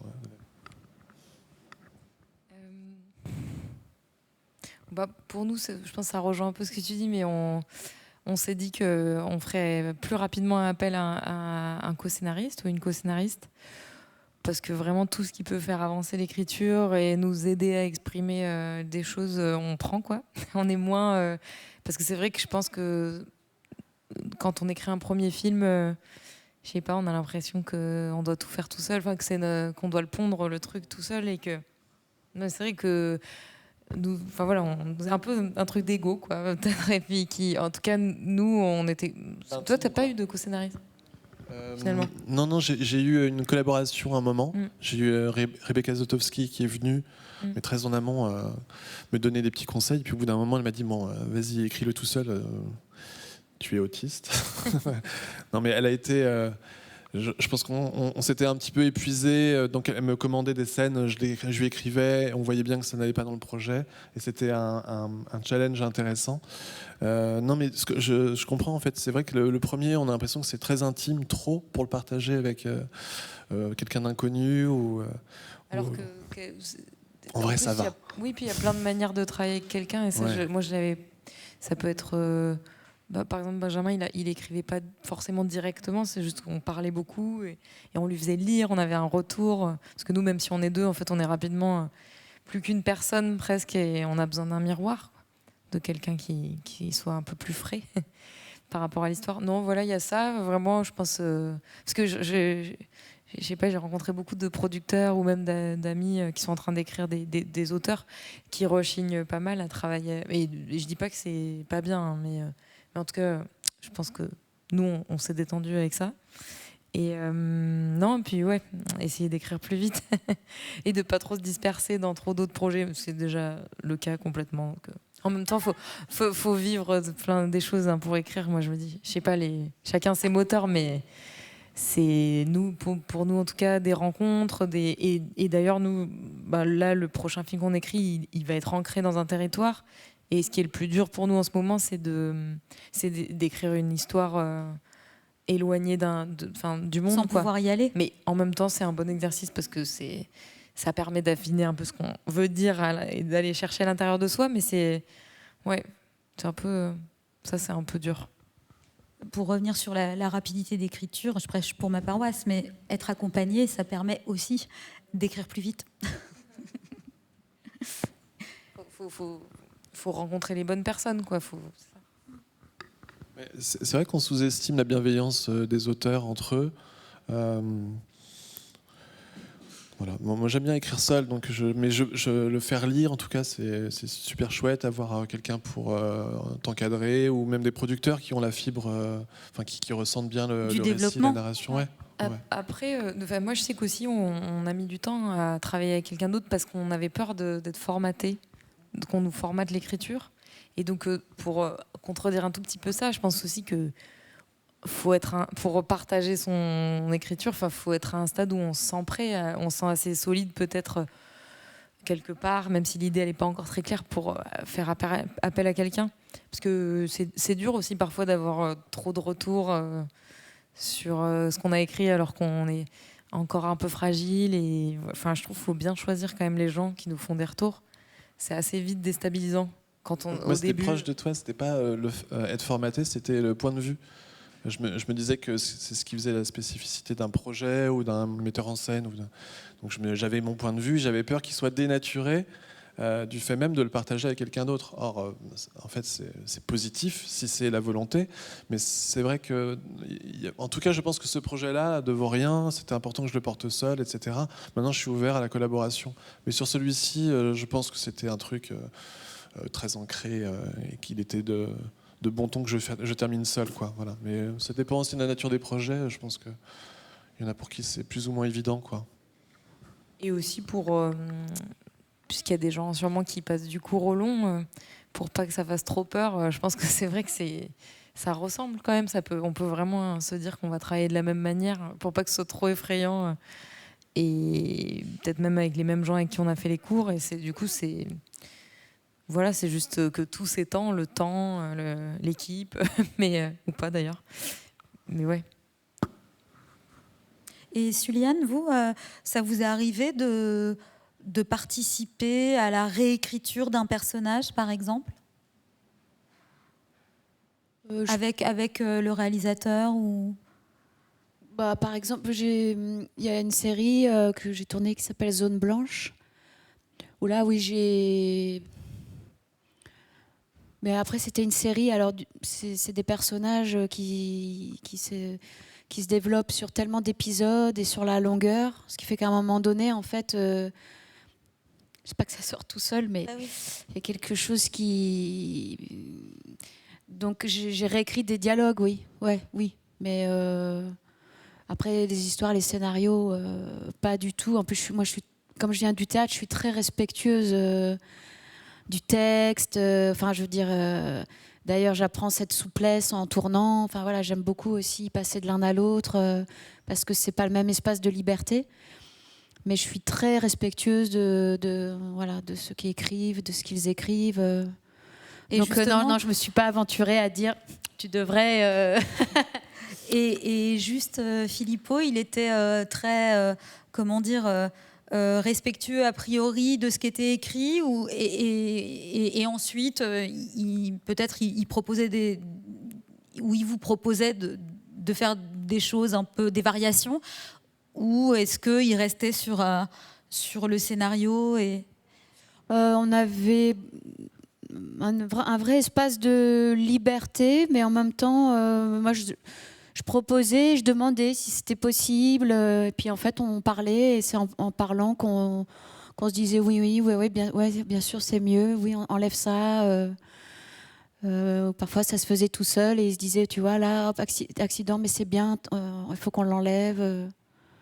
Donc je crois qu'il y avait un juste équilibre entre mon respect, moi, de ce qui était écrit et lui, de ce que je pouvais amener. Enfin voilà, c'était un échange, en fait. Et vous, Fanny et Peter, peut-être que sur un premier long, on ose moins tenter des choses ou... Bon, ça dépend aussi si on a la latitude de le faire par rapport au budget, etc. Mais... Tenter des choses. Tenter, je sais pas, d'improviser une scène ou de faire quelque chose qui n'était pas totalement prévu, mais qu'on s'autorise parce qu'on pense sur le moment que c'est la bonne chose à faire. Non, ça va. Je pense qu'on tente, mais on a toujours un cadre qui nous rappelle qu'on peut pas trop dépasser. Non, moi j'étais frustré plein de fois par mon budget, mais parce que par exemple je n'avais qu'une caméra et j'avais des scènes de groupe. Donc je savais qu'on s'épuisait un petit peu à faire tous les axes, comme j'étais très découpé. Voilà, ça c'est des moments où je me suis dit, mais on a bêtement perdu du temps et de l'énergie pour les comédiens, ils doivent le refaire là. Bon voilà, ça je me suis dit vraiment une scène de groupe, c'est pas possible. Autrement, non, je pense pas. Si, il y a peut-être des plans volés, un peu durs quoi. De temps en temps, tu vois un oiseau passer, tu fais vas-y, tu filmes. Mais non, en fait, c'est tellement lourd, c'est tellement lent, c'est tellement hiérarchisé un plateau. Parfois, ça n'a pas la réactivité, ça n'a pas la vitesse espérée. Moi, je crève d'envie à un moment de travailler qu'avec un chef de poste. Et je sais pas, il y a des équipes limitées. C'est ce qui m'avait plu sur les courts-métrages. Là, j'ai eu une équipe complète, mais c'était un petit peu dur. J'ai l'impression aussi, je sais pas, des fois, je me suis rendu compte aussi que, de mon point de vue à moi, qu'être réalisateur, c'était aussi accepter que premier jour de tournage, l'histoire qu'il s'était toujours racontée en écrivant le scénario et après en le rêvant, accepter que, en fait, au premier jour du tournage, autre chose aussi allait arriver. Et que parfois, certains scénaristes, quand on est scénariste, est-ce qu'on est forcément réalisateur ? Des fois, j'ai l'impression que ça se passe là, à cette capacité au premier jour de tournage d'accepter que tout va être pas accidentel, mais autre chose va naître aussi, parce que d'un seul coup, les personnages sont incarnés par les acteurs tous les jours, et il y a le chef-op, et il y a... faut être disposé à laisser les choses advenir. On ne peut pas tout maîtriser, j'imagine, non, quand on... Oui, mais ce qui est bien, c'est que c'est un peu progressif, parce que moi, je trouve que ça se joue vachement au casting. Quand on rencontre 20 personnes pour un rôle ou 10, et qu'à chaque fois, il y a une nouvelle possibilité de film qui prend forme sous nos yeux à travers quelqu'un, qui va être un rôle... Enfin, c'est fou, quoi. Enfin, c'est presque... Parfois, on a envie de dire, oh là là, et si je faisais un film différent, parce que mon personnage, il va avoir 10 ans de plus, finalement. Non, mais je sais pas, mais ça peut... Et bon, finalement, je me dis, de toute façon, faut avoir confiance dans son instinct, dans tous ces choix-là. Et moi, ce que je voulais dire aussi pour répondre un peu à ta question, c'est que j'ai l'impression que ce qui a été... Nos dialogues, on les avait répétés. Du coup, il n'y avait pas beaucoup d'impro, parce que pas beaucoup de temps pour l'impro. Bon, dès qu'on pouvait, on volait une petite scène en plus en essayant de la faire jouer différemment. Ou nous, fallait vachement qu'on fasse vivre la cité. Du coup, on s'était organisé en fait des temps de tournage en équipe très réduite où on filmait la vie. Après, on allait demander les autorisations, les gens aux fenêtres, les gens qui marchaient. Tous ces plans-là sont dans le film. C'était hyper important. Mais ce que j'allais dire, c'est que je trouve qu'au fil du tournage, moi j'ai l'impression qu'on a appris à prendre les décisions plus vite. Parce qu'en fait, on se rend bien compte que quand on a découpé une scène en 4 plans et que, on va pas avoir le temps de faire un des axes. Voilà, ça devient de plus en plus facile, je trouve, de choisir et de sentir ce qui est important et de un peu moins se couvrir à tout faire, parce que bon, voilà, c'est pas, nous, on s'est quand même couvert et tout pour le montage et ça nous a servi, mais je trouve que voilà, la confiance, elle augmente, quoi, petit à petit. Et puis tu as le sentiment aussi que quand tu es sur un plateau, tu fais tes courses pour le montage d'image, quoi. C'est-à-dire que parfois, pour que tu aies de la matière après, pour avoir suffisamment de choses pour raconter ce que tu veux, ouais. Oui, non, c'était... moi, j'avais beaucoup d'impro, et donc forcément, d'une prise à l'autre, c'était pas la même chose, donc ça couvrait assez peu. Et au final, je suis revenu au montage assez proche du texte. Voilà. Mais c'est avec le meilleur de l'impro, à 10% du best-of de l'impro des comédiens et 90% qui était quand même déjà écrit au scénar. Ouais. Mais non, une petite anecdote, je t'ai vu tourner à Ivry, parce que j'habite à Ivry. Et moi, je travaille. Serein ou c'est depuis tout à l'heure, c'est n'importe quoi. Tout à fait. Non, mais parce que le SAMU social est à Ivry-sur-Seine et on était juste à côté de la cité Gagarine. Je savais que vous tourniez là-bas. Et donc c'est marrant, je t'ai vu. T'étais zen.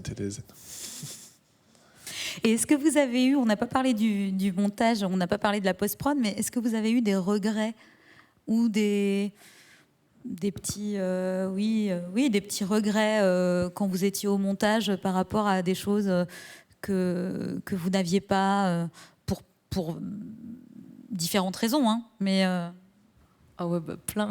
Enfin, moi, je veux dire, ça s'estompe maintenant, je serais plus trop capable de dire quoi, mais nous, mais ça a fait ça pour tous les films, les courts-métrages aussi. Quand nous, sur le tournage, on était très contents. Enfin, quand on voyait l'image au combo, on se disait ouais, c'est trop bien, c'est trop beau. On était hyper enthousiastes.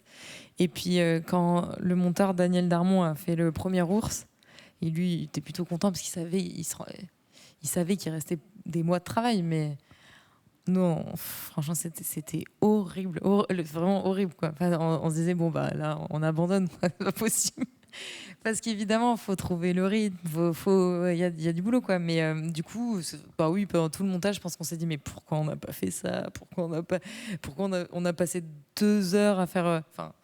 Par exemple, je sais pas, il y a des mouvements de caméra qu'on s'est acharné à faire, qui ont été coupés, dont on s'est pas servi. Mais franchement, après, c'est finalement. Finalement, je regrette pas parce que voilà. Et puis la matière du montage, elle est ce qu'elle est. Et c'est pour ça. Après, on s'amuse avec. Mais oui, forcément. Surtout au début du montage, nous, on était plein de regrets, quoi. Mais en fait, ça va. Maintenant, non. Moi, je regrette la deadline de Cannes, qui nous a un peu pressés. Je sais pas, j'avais assez peu de temps, en fait. Et je m'en foutais, quoi. Je voulais juste réussir le film. Je n'arrivais pas à comprendre comment je pouvais me projeter d'un premier film, même pas terminé, à une sélection éventuelle à Cannes. Donc je trouvais qu'on mettait vraiment les choses à l'envers. Donc on avait assez peu de temps pour le montage d'image et le montage son, et c'était assez déprimant. Et grosse déprime pour moi, c'était je termine le tournage.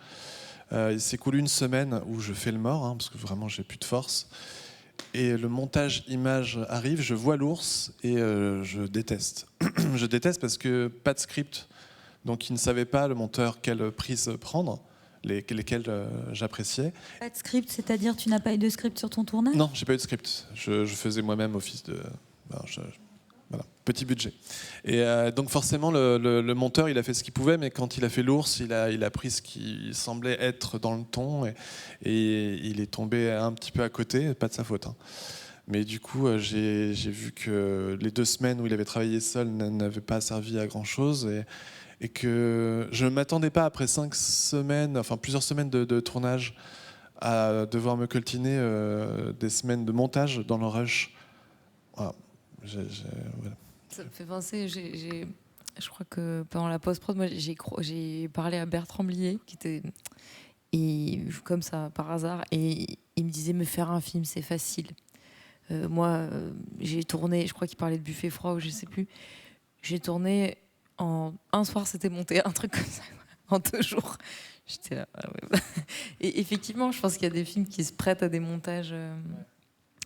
Ouais, enfin voilà. Rapide. Ouais, nous c'était pas le cas. Voilà. Donc ça a pris du temps vraiment de trouver, et puis aussi d'adopter les images et tout. Mais ouais. Oui, bah, tu vois, quand je disais malchance, malchance tout à l'heure à cause du Covid, comme la deadline de Cannes s'évapore, tout d'un coup on a le temps de finir, et je repars pour 3 semaines de montage image et pour 5 semaines de montage son. Voilà. Donc, c'est super. Merci la pandémie. Non mais vraiment c'était impossible de respecter le timing, en fait. Donc ça c'était la frustration, en fait. Tu sais plus trop pour qui tu fais le film. Est-ce que c'est pour un spectateur éventuel? Est-ce que c'est pour toi-même? Est-ce que par pure sincérité? Est-ce que c'est pour le sélectionneur de Cannes que tu sais pas qui il est ni, voilà. Et les producteurs vous ont accompagné aussi en post-prod? Est-ce qu'ils ont fait des visionnages? Ah oui, beaucoup. T'as fait des projets tests? Oui. Ouais. Bah, nous, c'est vraiment... Je crois que, pour être honnête, à un moment, on avait trop le nez dedans. Et on a senti que dans les projets tests, il y avait un truc qui basculait, quoi, dans la réception qu'en avaient les gens. On a une étape de montage.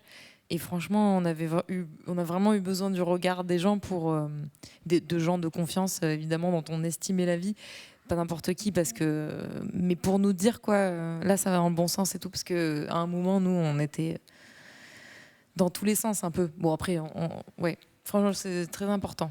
Et les productrices, elles essayaient de se ménager un petit peu, comme au scénario, de ne pas être tout le temps en train de voir le film. Mais ouais, non, mais de toute façon, il y a eu un moment, ça a été un peu évident. Et on avait la même chose, on avait quand même la deadline de Cannes. Mais dans notre cas, c'était pas mal parce que à un moment, nous, on a pas mal besoin de dates comme ça, de contraintes, sinon on peut se disperser un petit peu. Vous aviez terminé quand le tournage, tu te souviens? Mi-septembre 2019. Ouais, vous étiez un peu en avance. Oui, voilà, on a commencé le montage en octobre. Donc octobre, novembre, 4 mois. Non, 3 mois. En fait. J'imagine que c'est aussi c'est un peu similaire pour les comédiens quand ils voient pour la première fois le film. Est-ce que vous vous laissez porter comme un spectateur ou une spectatrice, ou est-ce que vous voyez, est-ce que vous avez des regrets de ne pas avoir fait de telle ou telle manière? Nous, on l'a à la fin de chaque journée. La journée, ça y est, c'est passé, c'est fait, on ne peut plus revenir dessus. Donc, toutes ces nuits, c'est partie d'un tournage, en fait. Même à un moment donné, il faut accepter qu'il faut décrocher, parce que sinon, la journée, elle s'accumule et on ne peut pas...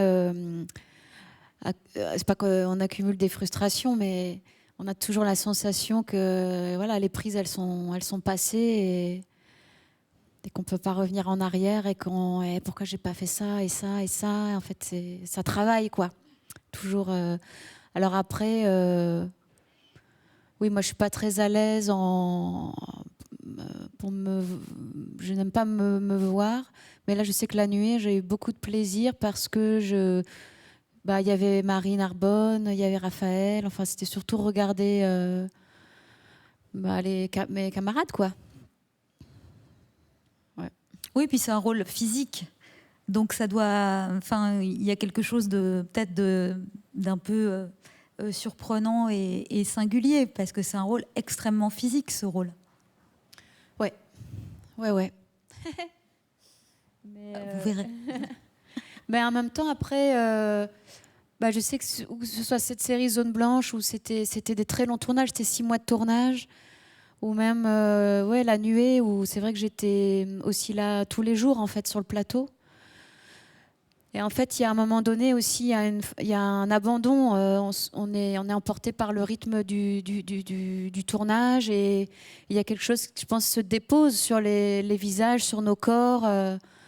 Et c'est pas qu'une façon de parler, je pense que c'est vrai que ça a lieu, cette chose. Mais c'est pas le personnage qui... C'est cette notion du temps et cette traversée, en fait. Elle s'imprime, je pense, sur nous, sur nos visages. Donc, voilà, j'étais fatiguée de tout ce qu'il y avait à produire sur certaines scènes dont j'ai pu parler, là. Mais je pense que c'était aussi Donc il y a ce que j'ai produit moi physiquement, et puis il y avait la fatigue naturellement qui racontait des choses malgré moi. Et je crois que moi c'est ça que j'aime à l'image par rapport au théâtre, en fait, c'est qu'au théâtre on doit tout produire pour faire croire à l'histoire, pour la raconter. Et j'aime cette idée que la caméra vient voler des choses quand on fait de l'image, en fait. Et ça, par contre, j'aime le découvrir après, pas forcément sur moi, mais sur les autres. Ou même des fois, quand il y a des acteurs que je connais, je me dis, waouh, on est venu voler ça chez eux, et c'est beau, quoi, en fait. Ça nous échappe. Alors, pour terminer, parce qu'il va falloir terminer, est-ce que vous avez un conseil qui serait nourri par votre expérience pour les scénaristes réalisateurs qui travaillent sur leur premier long métrage? Je peux redonner le mien de début, c'est-à-dire écrire, sachant que le lendemain on peut tout jeter et réécrire. Non, mais c'est ça, pas d'angoisse. Il faut essayer en écrivant. En plus, c'est un muscle quand même. On le sent, quoi. À force, on est moins. Quand on écrit assez peu, il me semble qu'on tombe un peu amoureux de ses phrases et de ses idées et qu'on a du mal à les mettre à la corbeille après. Tandis que quand on écrit beaucoup, on fait clic droit à corbeille, vider corbeille et ça va quoi. Il y a pas on n'a pas l'impression que c'est une partie de soi qui disparaît dans le néant. Alors que il me semble que si on écrit peu et qu'on est très près de ses idées, ça peut être douloureux l'écriture, mais si on écrit beaucoup, on se protège aussi de quelque sorte. Tu es d'accord avec moi? Ok. Fanny? Non, moi j'ai l'impression qu'il y a deux choses, mais qu'on a déjà un peu abordé pendant le truc, mais pendant la discussion. Mais moi je crois pas mal pour nourrir l'écriture au moteur de la vie, quoi. Aller se nourrir de choses, quoi. Après, il y a selon le film qu'on est en train de faire, mais même si on fait un film qui est très éloigné de notre réalité, moi je trouve enfin, je sais que nous, avec Jérémy, pendant toute l'écriture, dès qu'on voyait un film, je sais pas, on a vu Lazzaro par exemple pendant notre écriture. Le lendemain, il y avait du Lazzaro dans notre film. En fait, à chaque rencontre de personnes, il y avait un petit peu de lui dans le personnel. Enfin, c'est un peu exagéré, mais pas tant que ça. Du coup, le film, il a comme ça ondulé entre plein d'inspirations et ne pas avoir peur de... j'ai adoré ce film et à notre manière d'en mettre un peu... De toute façon, ça se voit plus. Au bout d'un moment, il y a tellement de choses que... Et ça, moi, je sais que c'est des bons moteurs parce que... moi, si j'ai pas ça, j'ai l'impression de tourner un peu en rond au bout d'un moment. Et puis l'autre chose qu'on a déjà dite, mais c'est de collaborer quand on est bloqué ou même... voilà, moi je le dis parce que c'est un truc que j'ai du mal à faire, par exemple faire lire à quelqu'un qui n'est pas forcément dans le cinéma, hein, mais à un moment, juste une discussion avec quelqu'un en qui on a confiance, ça peut aider. Moi je sais que je suis un peu... J'attends que ce soit parfait pour faire lire quelque chose et en fait... Et quelqu'un qui a un spectateur potentiel, hein, voilà, qui n'est peut-être pas professionnel du cinéma et qui n'a peut-être pas un vocabulaire, mais qui est quand même potentiellement spectateur. C'est toujours précieux. Je crois que malheureusement, on n'aura pas retrouvé Charlène cet après-midi, mais je vais la remercier quand même pour le moment où elle a été là. Et puis vous remercier aussi tous les trois pour votre présence et puis pour nous avoir éclairés sur cette aventure du premier long métrage. Merci beaucoup. Merci beaucoup. Merci.